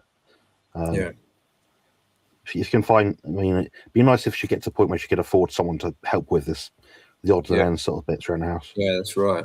Yeah, that would be good. Yeah, carnivore is very good for make sure you don't get constipated. The medications cause a lot of constipation problems, and I started taking cod liver oil capsules. Okay, yeah, that's good. Make sure you I would recommend the bottles personally. Yeah, definitely. I would the same. Anything like I try to avoid capsules as much as possible because of just the capsule themselves. But I mean, they also sort of mix a lot of things too. But if you can buy the bottle of castor oil, for example, it's just straight into the spoon. It's usually like 100% castor oil as well. So I think you're better off doing it that way. And just it tastes like shit, obviously, but you get used to that. It's just a teaspoon at a time. It's not gonna hurt that much. just deal with the taste, you know. So, yeah. I've never been able to tolerate codeine. After having my gallbladder, codeine's strong, very strong. I mean, in small doses, I find, like I said, I found it very effective against cold and flu, right, which is probably why they stopped. They banned it here in Australia, but it's not something. I mean, how strong it is a problem, and you don't want to be taking that day in, day out. Short term for whatever the problem is, pain, for example. But again, it does wipe you out. It certainly wiped me out. Yeah, there's an interaction with codeine and medulla in the brain, something to do with like suppressing like the cough mechanism slightly. So it won't like make you immune sort of thing, but at least symptoms of it which are really annoying, like the coughing and stuff, will reduce a little bit. Yeah, exactly. I mean, I found that even when I was like really vulnerable and very sick all the time, I had a lot of these packets of codeine painkillers left over because I just didn't take them while I was going through treatment, because I couldn't handle it. But then later, when I did use them for cold and flu, like, it was gone in 3 days. So whereas usually I was struggling for months at a time because my immune system just wasn't capable to fight it off. So in that respect, it was very useful. Yeah. Cat's a silly typo, yeah. So true. I never get constipated. This is one of the biggest fears that a lot of people have when they go onto the carnivore diet. Like someone I know in my family now, they won't do it because they're scared of being constipated. And no matter how much information, how many times I tell them you just can't convince them that just eat enough fat and drink water and you will not be constipated, no matter what. But it is what it is, and it's just one of those things that people fears are very difficult to change people's minds. I honestly find this so often when I work with people. It's their misconceptions about what their diet is and how they track their food. So like, even something simple, like someone could say, "Oh, I eat fatty ribeyes every day. Why am I constipated?" You find out like fat trimming it. So what I actually do is like, Kate, can you take a photo of your food before you put it in the pan, when you boil it, when it's taken out of the pan, what you're actually eating? And you actually look at it and it's like, there's no fat trim left, or the trim already is too thin. But there's no the fat that is the residue in the bottom is just left there. And I'm like, well, there's your issue, because you're probably actually eating a very lean diet, but you don't realize it because the fat is rendering off. Exactly. That's the mistake I made when I started, because I didn't factor that in. Yeah, that's right. Yeah, no, that's exactly right. And then, of course, they get IBS and things like that too, because they're eating the fat rendered as well. So they're just not absorbing it as well. So, no, you're right. I mean, I understand. Like, I think it's a very common mistake. Most people, I think at least 90% of people probably make that same mistake too. So, yeah. You do have some help. That's good, Annabella. That's good. Church mates, I think. To ask my church friends. You should actually ask your church friends to come out and give you a hand. They might speed things up. It's what they're for. You're meant to be a community and all that sort of thing. So that's right. Why not? They'll probably be glad for it. And one day, when you're in a better position yourself, you might be able to help out from your end, things that you can do. So exactly. Goes around, comes around. Yeah, that's right. You've applied for a new home. Excellent. Well, good luck with that. I hope you get it. Fingers crossed. Yeah. So glad you got some help though. But it's a good idea to ask your church friends. I think they'd be happy to help, surely. Yeah. Well, so else they'll say, "Oh no, I'm busy." All right. Well, next week then. Are you busy next week? Pin them down. Exactly. Make sure, don't tell them why first. Just make sure they say, "Oh, you get the weekend off or something." Just say, "Oh, great. You can help me move." Used it years ago and it did help me. Well, that's good. Castor oil. Again, like with the castor oil, I think better off with the bottles and just take a spoonful at a time, sort of thing. But each their own. If you're happy with taking the capsule, that's up to you.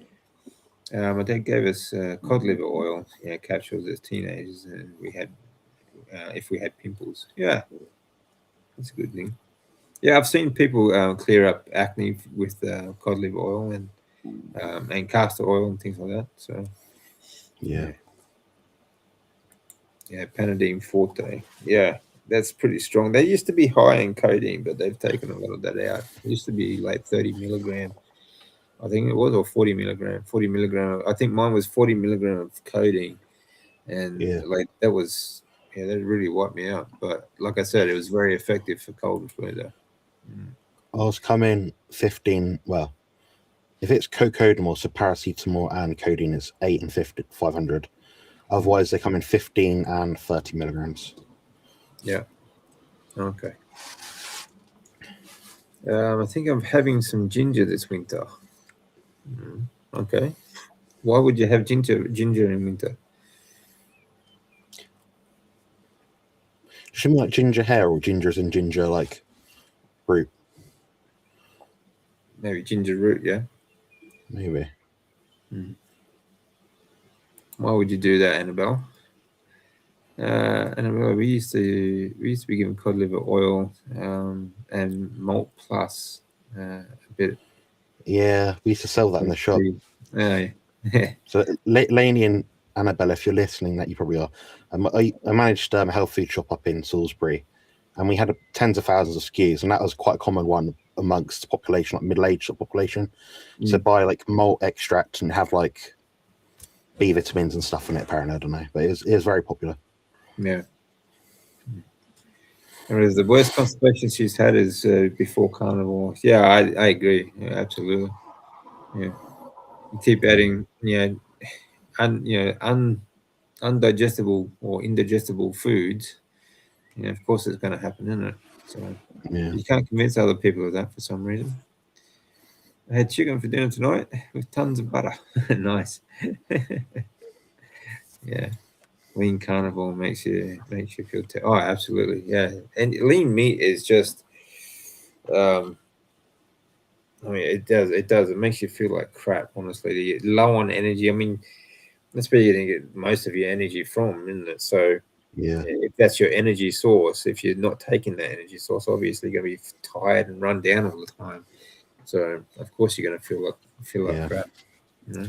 Yeah, I'm doing minced beef mostly at the moment, just because it's like slow cooked, easy to digest. Yeah. I'm in a weird position where I'm very low energy, low body fat, but very high satiety. So like most of my competitors out there now, they're like binging and craving on like cookies and stuff, and I'm just here like, I don't actually want to eat any more food. If you could give me a pill, that gives me energy without killing me, I'd rather have that than the cookie. Yeah, exactly. Yeah, I'm the freak carnivore. Yeah. Same here. Yeah. I mean, is your whole family? None of your family listen to? They don't take dietary advice from you, Jonathan? I think they've made some sensible changes, and they're sort of more thinking like animal proteins. They're getting the protein side of it right, and like the less processed food. They're doing well in that regard. But what I'm trying to get now to the point is like have the protein, but get the carbs a bit lower and the fat a bit higher. But that's the bit that they struggle with, because just the way with our family grew up, we didn't really eat a high fat diet. Like the idea of a fatty steak was never a thing in my family. We didn't really eat them. So no, it's the same here. Same in my family too. So I mean, except they're not eating. No one in my family eats well. They eat like crap, actually. A lot of processed sugars. And what about your missus? How does she eat? Oh, she's always good. She's not carnivore, but she does eat a lot of meat. She eats meat, as much meat as she wants to when she can, sort of thing. But she's also Japanese, so she likes sushi, so with rice. Yeah, they eat loads. And she likes I mean, she still loves the carbs and stuff, but she eats a decent amount of meat. She's generally good. Yeah. Better than I think. I did eat. Yeah, that's right. I mean, she's strong still. So, Yeah. I did eat some carbs in hospital. Yeah, it's kind of hard to avoid that, Annabelle. When you're stuck in the hospital, that's pretty much all they feed you, isn't it? So it's literally tragic. At least I know now where I go to. There's 3 hospitals in my provincial area, I guess you could say. So Christchurch, which is literally up the end of my road, Bournemouth and Poole. They've got their own cafes and like places you can buy food. But if I got something, it'd be like I could buy like roast chicken thighs that have got a bit of sugar in it, but that's like the best thing I could really get. yeah. But there's no like kind of just have 6 beef patties sort of thing. Yeah.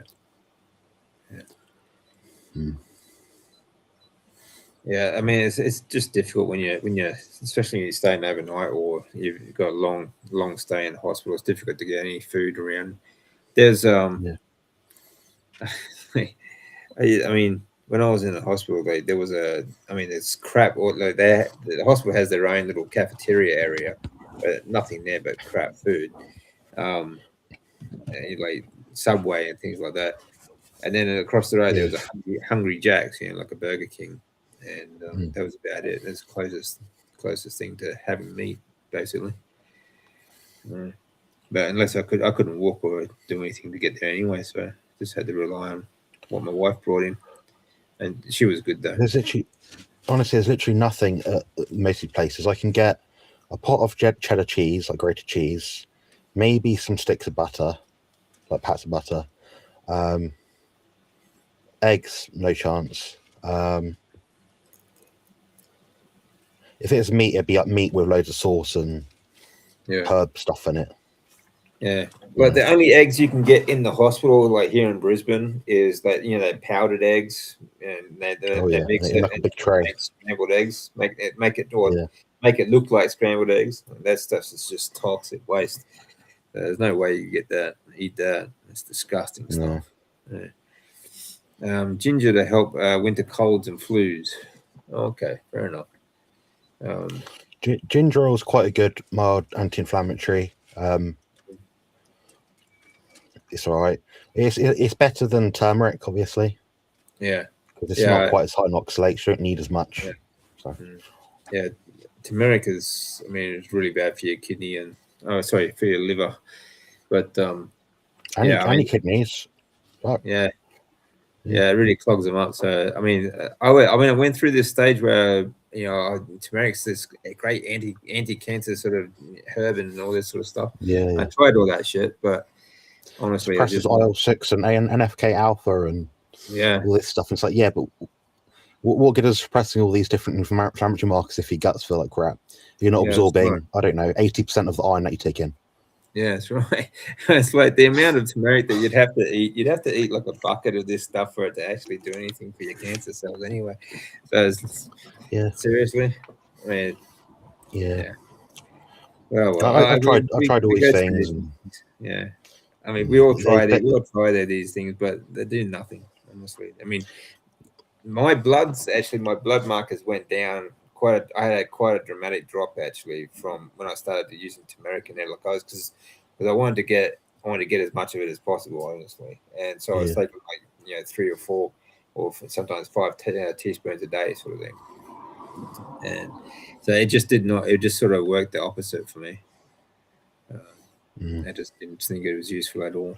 But honestly, I found over the years the best, most reliable, least abrasive, most innocuous supplements are vitamins, minerals, amino acids. Yeah. And obviously oil, healthy oils like omega-3 oil, stuff like that.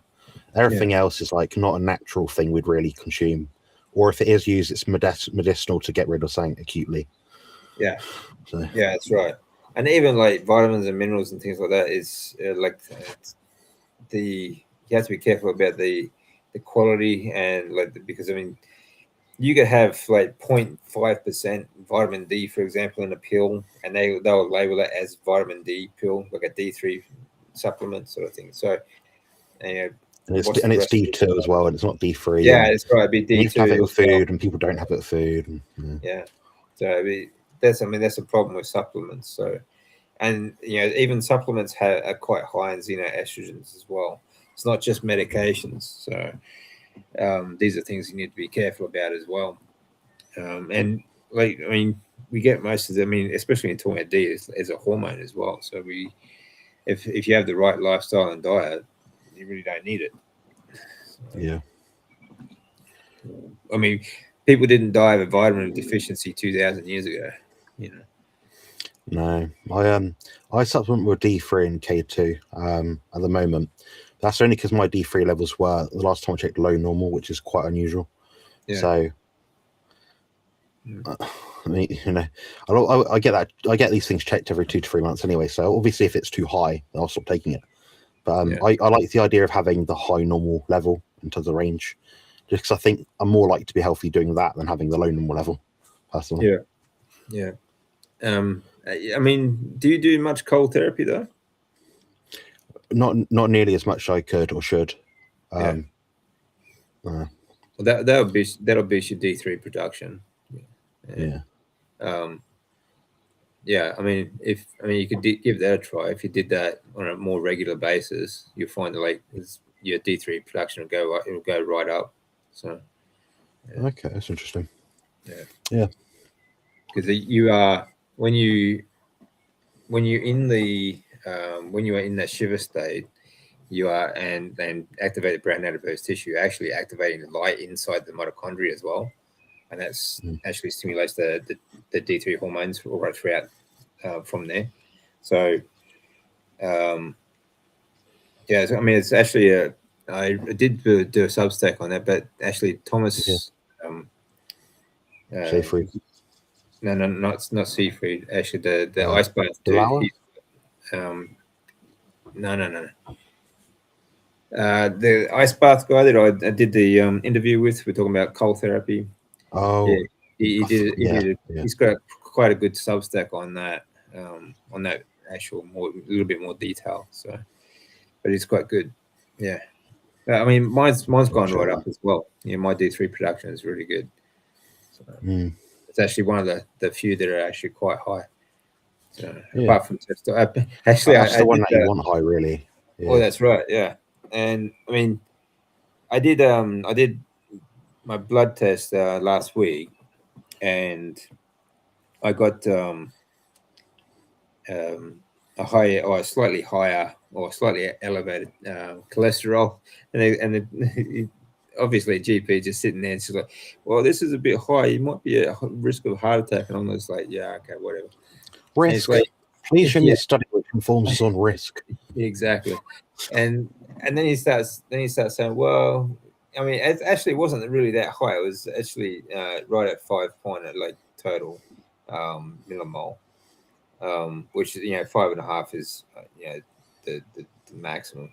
But then he goes, well, we'll keep an eye on it, but I think maybe we might put you on an Ozempic or something to lower try something to bring your cholesterol levels down. And I'm like, well, I'm really just not interested in doing that. So, this is the thing about going to GPs. I mean, at the moment, they're kind of like the gatekeeper to getting my bloods done. So you have to sort of put up with their stupid opinions.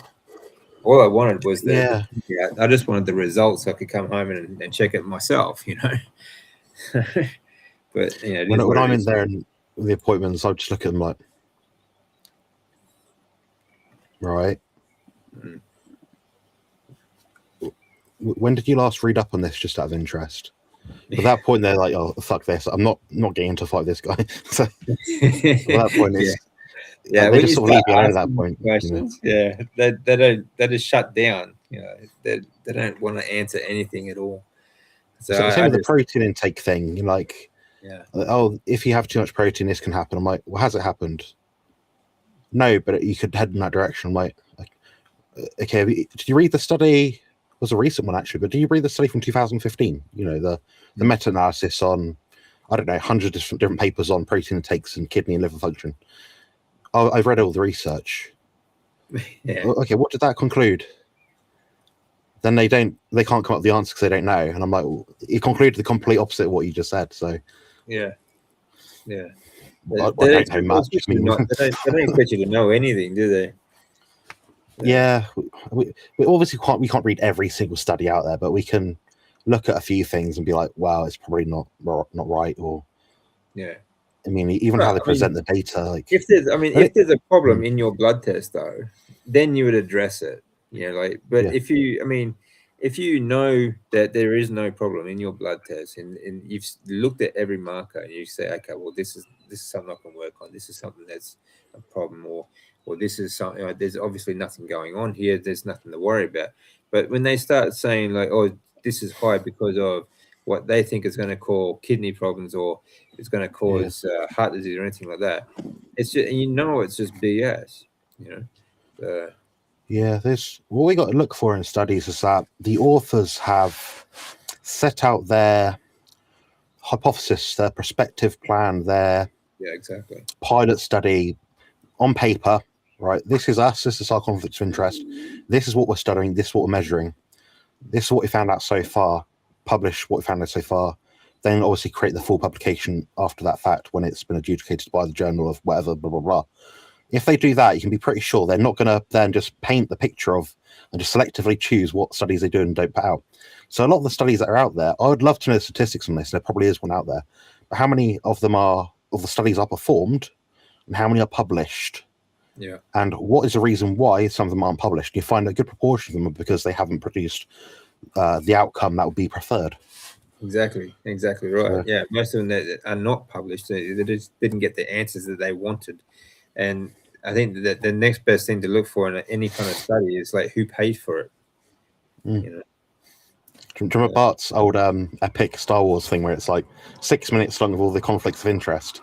Novo Nordisk, Pfizer, AstraZeneca, all this stuff. Yeah. It's insane. Yeah, it's madness.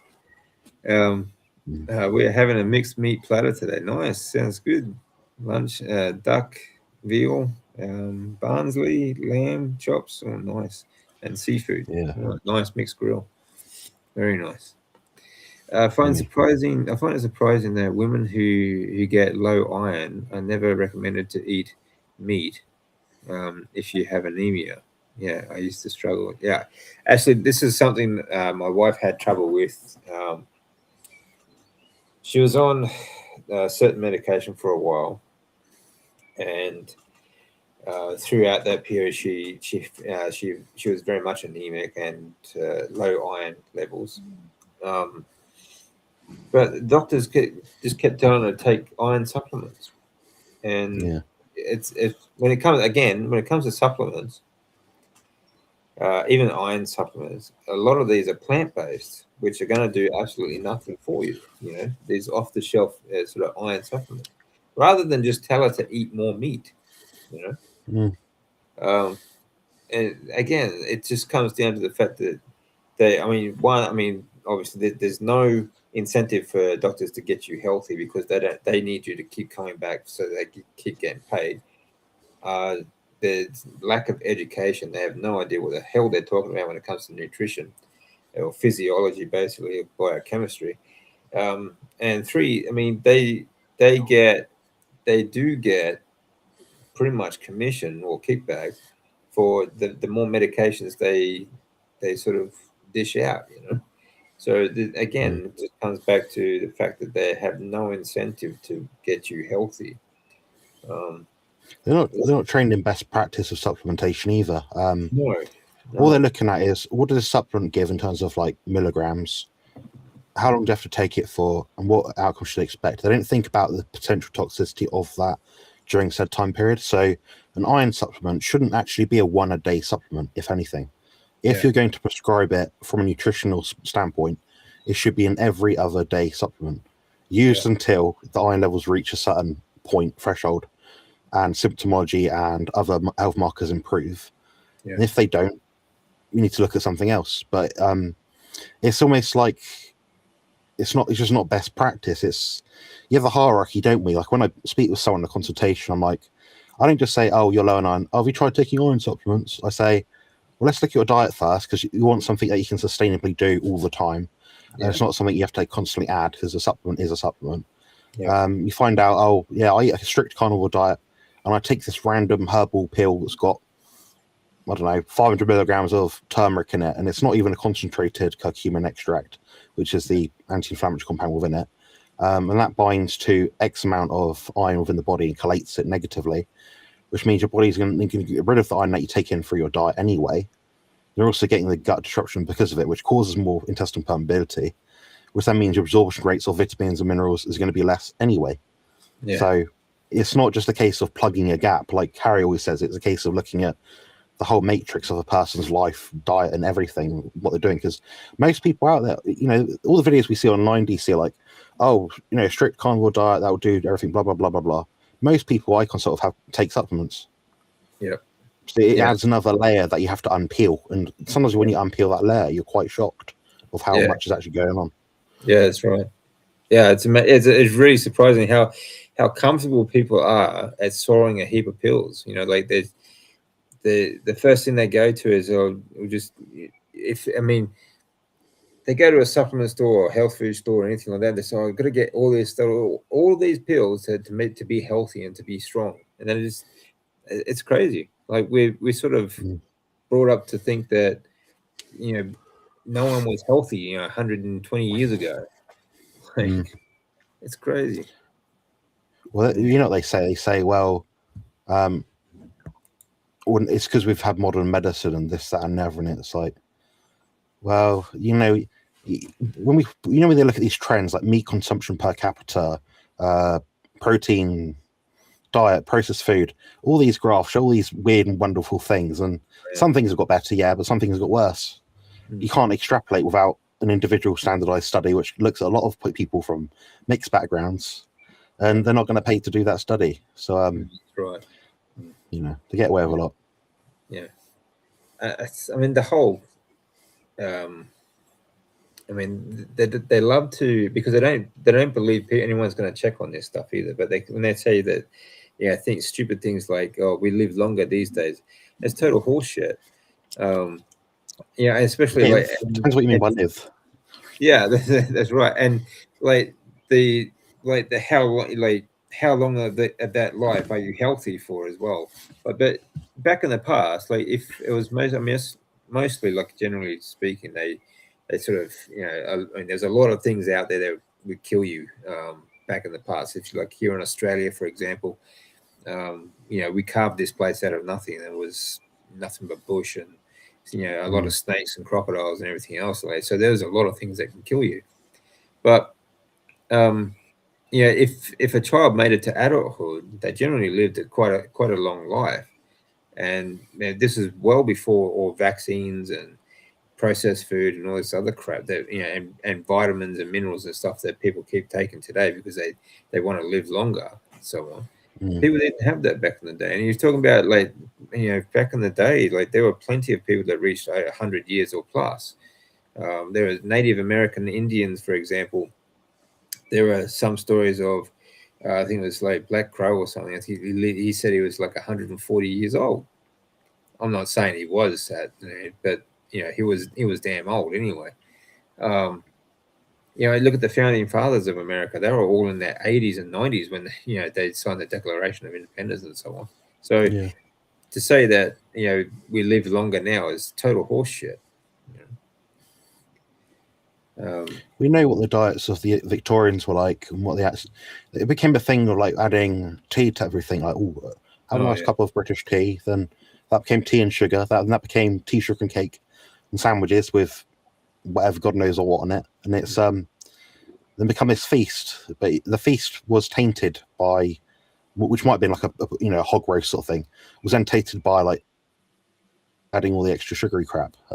Yeah, that's right. Then was ridiculous, like kings and queens. People in big cities like London and stuff like that, they didn't have a very long life expectancy, but that was because of they were eating slave food. They were eating nothing but a lot of it was carbs that they couldn't afford to eat meat. A lot of bread, people, gruel, porridge.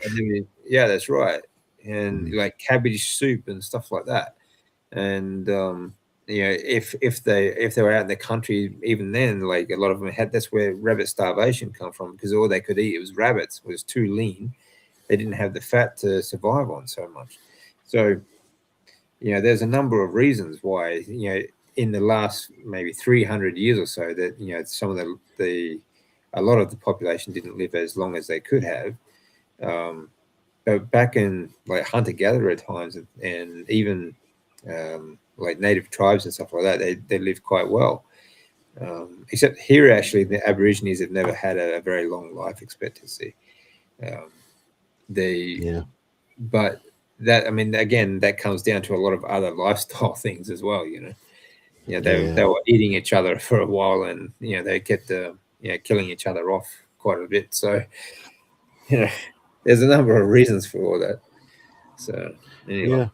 The information is out there for people if they want to look. I mean, I used Grok last night out of curiosity. I was like, I said something like, list the top 10 foods to increase leptin and increase GLP-1 the most, so that someone doesn't overeat processed food and junk food. You come up with the obvious things. So high fiber, high protein things to come up with. Then I typed in, now do the same again, but make it so it's got the most nutrient dense things with the least amount of toxins in it. And effectively you end up with a carnivore diet consisting of salmon, eggs, beef, lamb, and organs. Yeah, it always comes back to that, doesn't it? Same things. Yeah, exactly. Annabelle is saying that if she eats hospital food, her blood sugar goes up. Yeah, of course it does. It's nothing but junk. Stress as well. Yeah, it is. Yeah, stress is another part of it too, isn't it? Because you always stress when you're in hospital, and it's just the way it goes. Yeah, my auntie is using ginger oil for nausea. Yeah, ginger is quite good for that, for nausea, and that's one of the reasons why when I was going through chemotherapy, for example, the nurses kept telling me to drink ginger ale, the soft drink, but it did kind of help, I guess, but to sip on it, it does. Ginger does settle your stomach. It does prevent nausea. So my granddad used to always say, like, a glass of Coca-Cola if you feel like sick, and he's kind of on the right track, like, because that's got ginger and things like that and extracts in it anyway. So, I mean, if I was feeling really sick, there's nothing else I could have. I would drink a can of Coke or something. I've got ginger ale coming tomorrow, actually sugar-free, but I've been feeling a bit sickly recently. But that's actually one of my recent videos. I know DC, you've probably already seen, but I've put some videos out with Joe where I've talked about countering side effects of GLP-1 medications.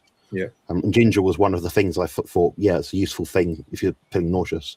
So I found ginger to be quite useful for nausea. And ginger ale is not too bad, but I mean, there are other better ways to get it. It's not ideal. Yeah, it's not ideal. So and certainly I'm guilty of something you take every day. Yeah, I'm certainly guilty of like my few things, like my chewing gum, sugar-free drinks, vaping. I definitely do those things. Like, I'm not going to try and justify it, but I like them.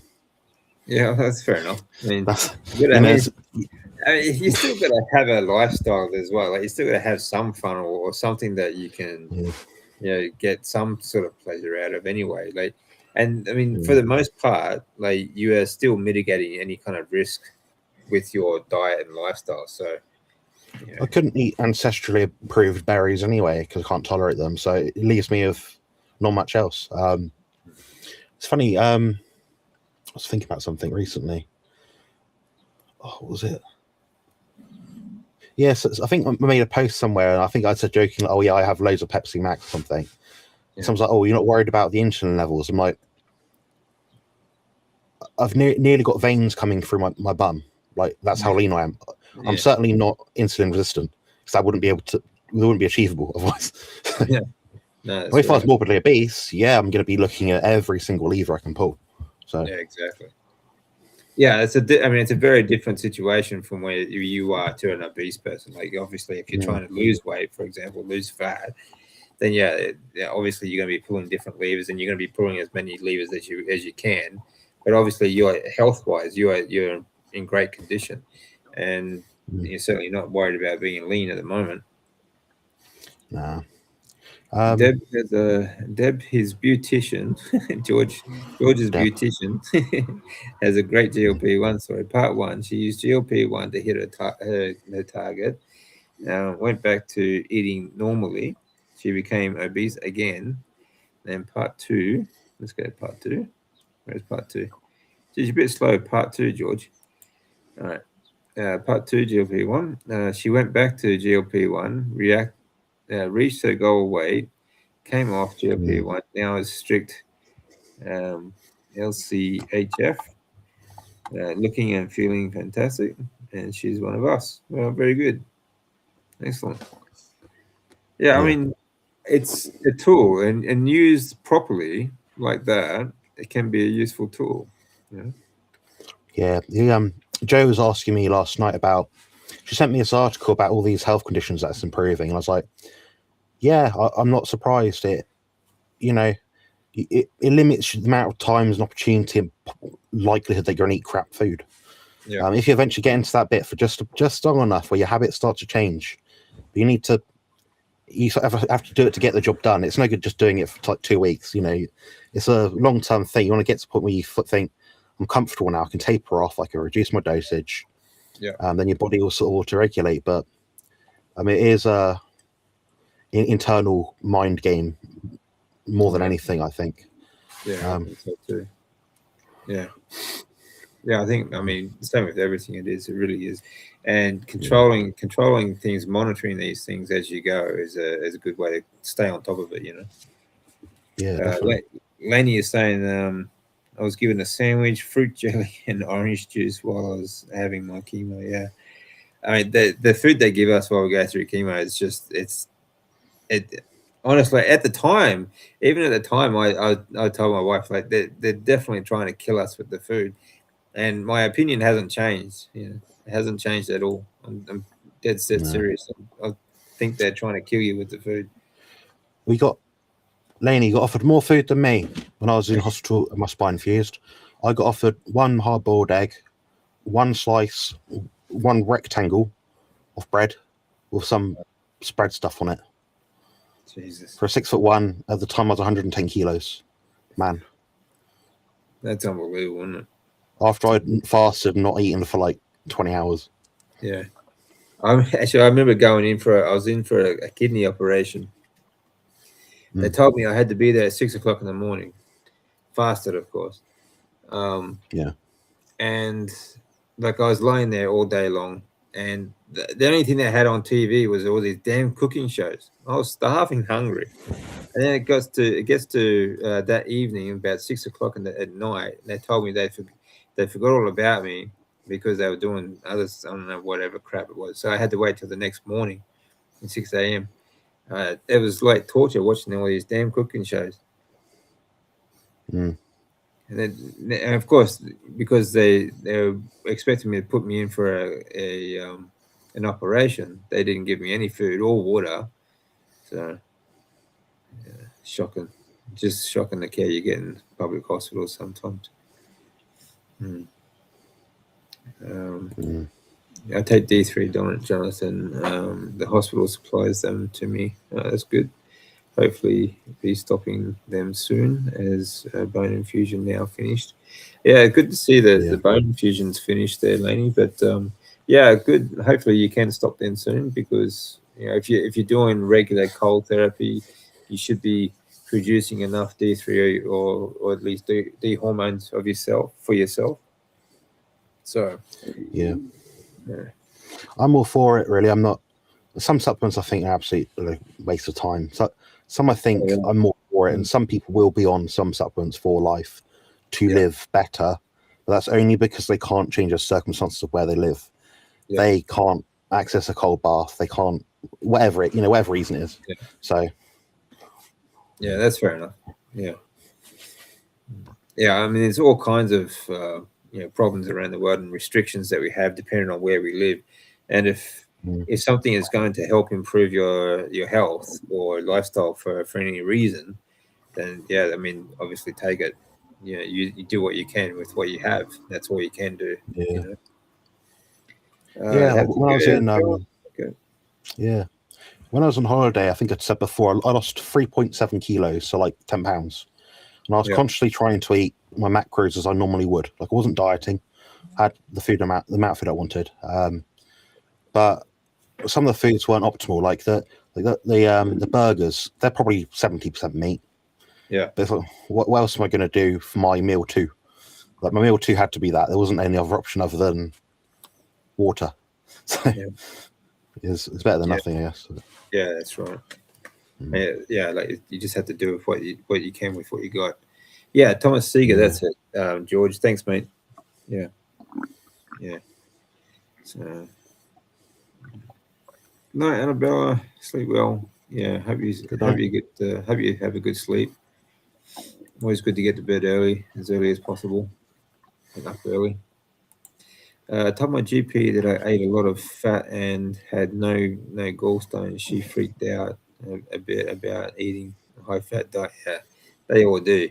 Yeah, again, just no clue. Unfortunately, it's dangerous. It's such a. Yeah, these are the people that you're trusting to advise us on our health. It's crazy. Yeah. I'm going to serialize Laney's story in music on Facebook. I'll be using Grandma's songs. I'll screenshot the series for you there. Yeah, cool, man. Okay. Still listening. Women having heavy periods. If they aren't eating enough meat, you need an iron tablet every day. Yeah, I had to take 2 a day at one stage. Beef is your medicine. Yeah, absolutely, Annabella. Beef is medicine. Yeah. The songs will be hope for the best, prepare for the worst. Help define me. Cold shower, courage. Yeah, cold shower, courage. Yeah, from victim to victor. Don't be surprised to see he beat the unbeatable in there. Okay, cool. Yeah. Actually, I made one on Suno. Actually, a bit of a gym membership, sort of gym motivation for me. Actually, the other day actually works quite well. But I'm going to put it to some training video too, so a bit of motivation for the members. So, have you heard my theme tune yet? The beginning for your channel for your videos. The song's called Carnival Muscle Live. It's in like one of my videos. Oh, okay. I'll email it to you now. And yeah. Okay. Cool. Yeah. Yeah. Hospital food is nothing but carbs, nothing but sugar, and the worst kind of sugar too. It's absolute crap. Yeah. Doing new clothes, good. Yeah. Jonathan, will you and Joe be having a wedding meat cake? I don't know. She probably would, because my birthday falls in a really good time this year. She probably will make me a nice birthday meat cake thing. Well, that'd be good. Outside of that, I don't know. I've just took a screenshot and sent the message to her, so that's what she says. Musgrave Hospital certainly give you plenty of food. It just happens to be the wrong food for. Yeah, I mean, even sometimes they'll give you food, sometimes they won't give you food, but it doesn't matter where you are. They always give you shit food. Yeah. I do take some vitamins with all the illnesses. Yeah, I do notice the difference. Well, that's fair enough, Annabelle. Like we said, like there are going to be situations and circumstances where to optimize your diet, you will need to take something that you just can't get to otherwise. So there's nothing wrong with that. Just again, just be careful of the vitamins or the supplements that you do take, just to make sure that they are a good brand, for example, and make sure you know what's in it if you can. Yeah. There's a few brands in the UK which are a lot better than they used to be. They used to be like very generic, quite cheap, nasty ones, but nowadays they sort of use different filtration systems. They use different materials to help stop the drums from binding when they mix them. Try and get gelatin caps rather than hydropolymethylcellulose, whatever that is. What else is there? Try to get ones which use like an MCT carrier oil, if it's like an oil supplement, like a vitamin D oil capsule. Obvious stuff like that. Same sort of principles, really. Yeah. Yeah, and yeah, I mean, like even because I mean, a lot of these vitamins and minerals also have a lot of petroleum-based products in them as well, same as medications do. So these are things you need to be careful about. That's right. Yeah, I forgot about that. Definitely.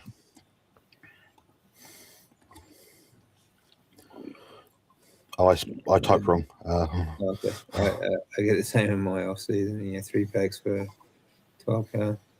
Cool. Yeah, they do these beef burgers. I think they're salt, great, black pepper, and beef. 99% beef. They work out so £3 of beef burgers for £12. So 15 US, whatever that is in Aussies, I don't know. But yeah, probably at $40 or so.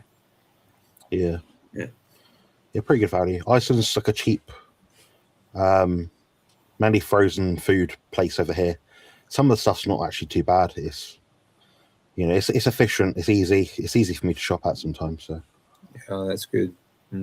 Yeah, I haven't seen anything like that here. But I mean, I always just get what's cheapest and available. Honestly. Yeah. No dumpster meat then. No dumpster meat. I haven't been that desperate yet. No. Yeah, I'm surrounded by food though too. If I need it, like like I said, I've got kangaroos at my doorstep basically, and ducks and chickens and stuff like that. I've got fish in the dam as well, so that's all good. That's handy. Yeah. I'm actually going to put some more in the dam. Actually, we've got a fair few. Like the dam's quite a good size, but we've got quite a few different fish in there. But I'm going to buy some more younger fish now, maybe next week, and put in the dam as well. So that's good. That'd be nice. Yeah, it's quite good. You probably take more care of animals than blimmin' vegans do. Oh, absolutely. Yeah. Well, I'm growing them, and oddly enough. Yeah. When you take on the risk, it doesn't matter whether you eat them or not. Like you take on animals on it, like taking care of them, you still have the responsibility to take care of them, give them a good life, So, that's always important. I don't want to be cruel to them, but certainly look after more than any sort of vegan would look after. That's for sure. Yeah. Vegans can't even grow a damn tree. I mean, they're utterly useless people. Imagine you left a vegan in the wild. Like, what are they going to do? Just eat grass? Like, yeah, exactly. They probably actually die of some sort of infection quicker. Mm-hmm. They couldn't maintain a fasted state for very long. I couldn't either. So I'm not saying I could personally, but an average carnivore way of eater sort of thing could last a lot longer than vegan. But in the chat, I linked the video which had the theme tune in it earlier. In case you're wondering what that link was. Yeah. Let me go and check on that. Yeah, so I don't know, save it or something. Yeah. I think I was doing a leg press or something in that video. Okay. Cool. I'll check it out. Yeah. That's right. I mean, like they'd be utterly useless in the wild. Like, I mean, they're weaker anyway, weaker bones, weaker muscles, everything like that. So they're going to break pretty quickly and pretty easily. But apart from that, they're going to come across something like the first plant they come across will probably poison them anyway. Just because it's green doesn't mean you can eat it.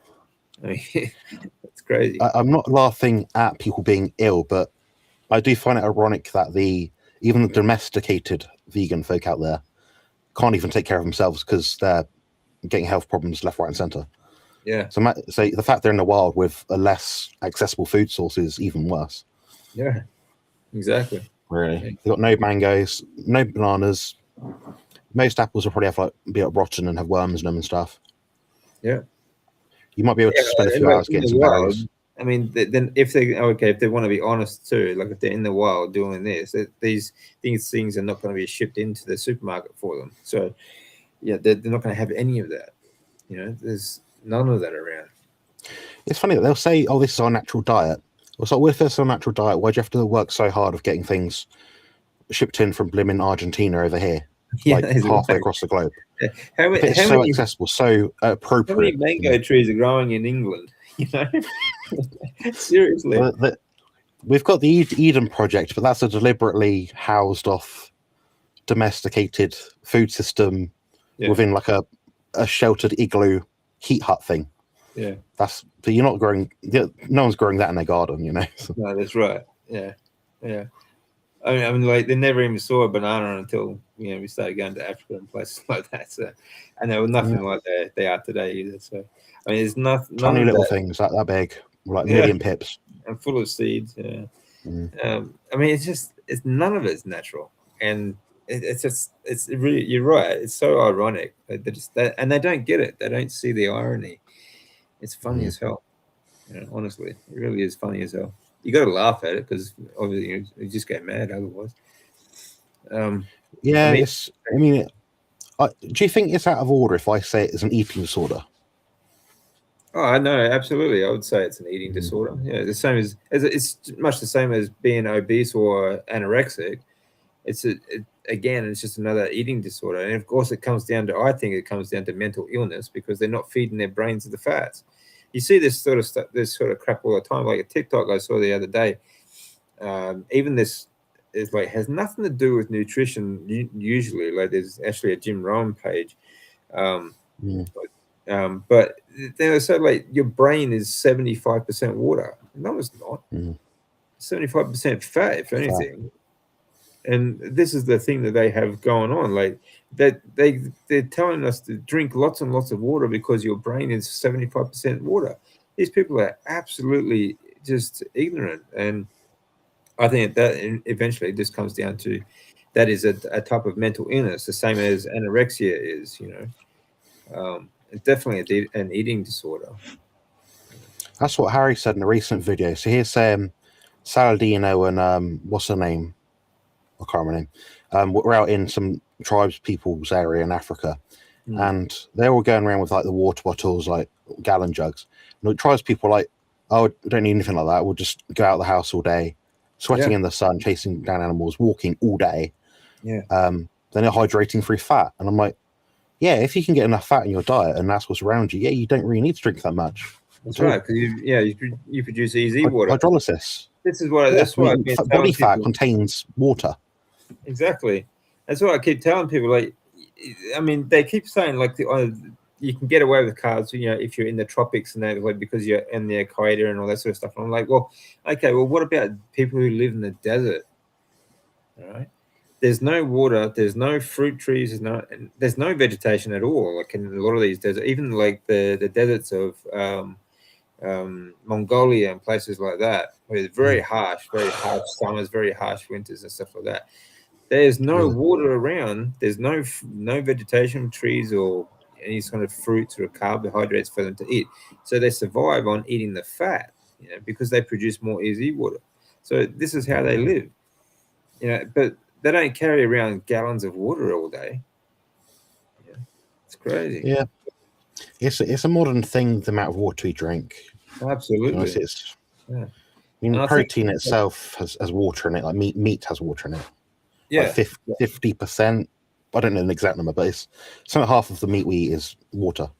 Well, that's right. Yeah, same as for us as well. Our muscle tissue has water in it, so. Of course, it stands to reason being animal meat as well. So we really don't need to be drinking water all damn day. It's just a habit. I say that I would say I'm a hypocrite, but I'm an extreme example of someone that needs more water because I don't have a naturally produced, birth to adulthood body. But you're unnaturally lean as well. Yeah, so I think that I don't have I don't have the extra body fat on me 200. When I cut pre-contest, obviously it's more so summertime. I'm leaner anyway, so I have to replace something. Whereas in the off season, I got more body fat. I'd say the differential is about a liter, so it might be 3 or 4 liters pre-contest, and during the off season, my fat's higher and my body fat's higher. I'm probably consuming 2.5, maybe 3. Yeah. Yeah, that makes sense. I mean, it makes perfect sense because, like I said, like you are unnaturally lean. Obviously, you got nowhere to really store a lot of water or to rely on apart from your food. So, it makes sense. Let's get to George's question about rabies. Yep, yabbies. George is saying he's eating a nice big sirloin steak with salt, like melted butter. Sounds good. To see, can you get yabbies? Yes, we do. We do get yabbies here in Australia. They're actually wild. Like most natural dams are full of yabbies here. Yeah, we've got a lot of actually water, crustaceans and so on that we can get here actually. But actually, that's a good idea. I might actually buy some or go catch some yabbies wild and put in my dam because I think they're good to have around actually. Thanks for the idea there, George. Yeah, yabbies are good actually. Random. They're just really yabbies are just small lobsters, really. Just smaller version of a lobster. They can get quite big, but they're freshwater, kind of like a freshwater yabby, freshwater lobster, basically. Yeah. I'm gonna head off in a minute. It's probably your bedtime soon. Yeah. I'll be closing up. It's actually been going for quite a while. So our friends from Renmark in the Murray Basin fish for Murray cod. Oh yeah, and redfin. Yeah, they regard carp as noxious. Yeah, the carp are noxious. They're introduced species and they eat everything. And I don't know if you've ever seen, like in the Japanese carp, you go to fish pond in Japan, you're feeding these things. Like they are so ravenous, they will come out of the water to get the food. Like they are crazy fish. They eat absolutely everything. So only fit for yabby bait. Yeah, exactly. Carp. We're actually incentivized to catch carp here and to just mulch them because they're that much of a pest. But do make good mulch though. Yeah, carp are good eating. Very popular in Poland and elsewhere. Yeah. Very well. Again, like in Japan, it's very much a delicacy actually. So they love the carp over there. So, and that's why Japanese carp are actually quite expensive. But they are they very much an invasive species that once you put them into the pond, like they take over everything and they eat absolutely everything out. So they can be they can do a fair bit of damage. So, but it's been nearly 2.5 hours, so we're going to leave that there. And thanks, Jonathan and George and Lainey for coming on. It's good to see you all, and always good to have a chat. Pleasure. And Jonathan, always great information coming out of you. So thanks again. Same for you as well. Yeah, I didn't know anything about the cold exposure and the vitamin D. I never pieced it together. It makes sense. Yeah, because we basically the theory is that we generate our own light in the mitochondria through cold. That's right. Yeah, so that produces the D3 hormones that actually spread out, and of course, the more you activate brown adipose tissue, then the more activation you get through it. So, Is this to do with Dr. Jack Cruz and what he said about POM-C roughly 2 years ago? I'm not sure. I think I may have heard something similar, but I never pieced it together that way. But yeah. He's talking about the mitochondria and how it produces its own light, and yeah, that's right. Yeah. I was talking because we're talking to Thomas Seeger about that because he does the ice bath, the Moscow Forge ice baths and stuff like that. So he wrote Uncommon Testosterone and Uncommon. I think he's doing another one as well, but he's written a few books on this anyway. So but the studies on that are pretty good actually, pretty convincing as well. So I'm gonna look into that after this. Actually, it's quite interesting.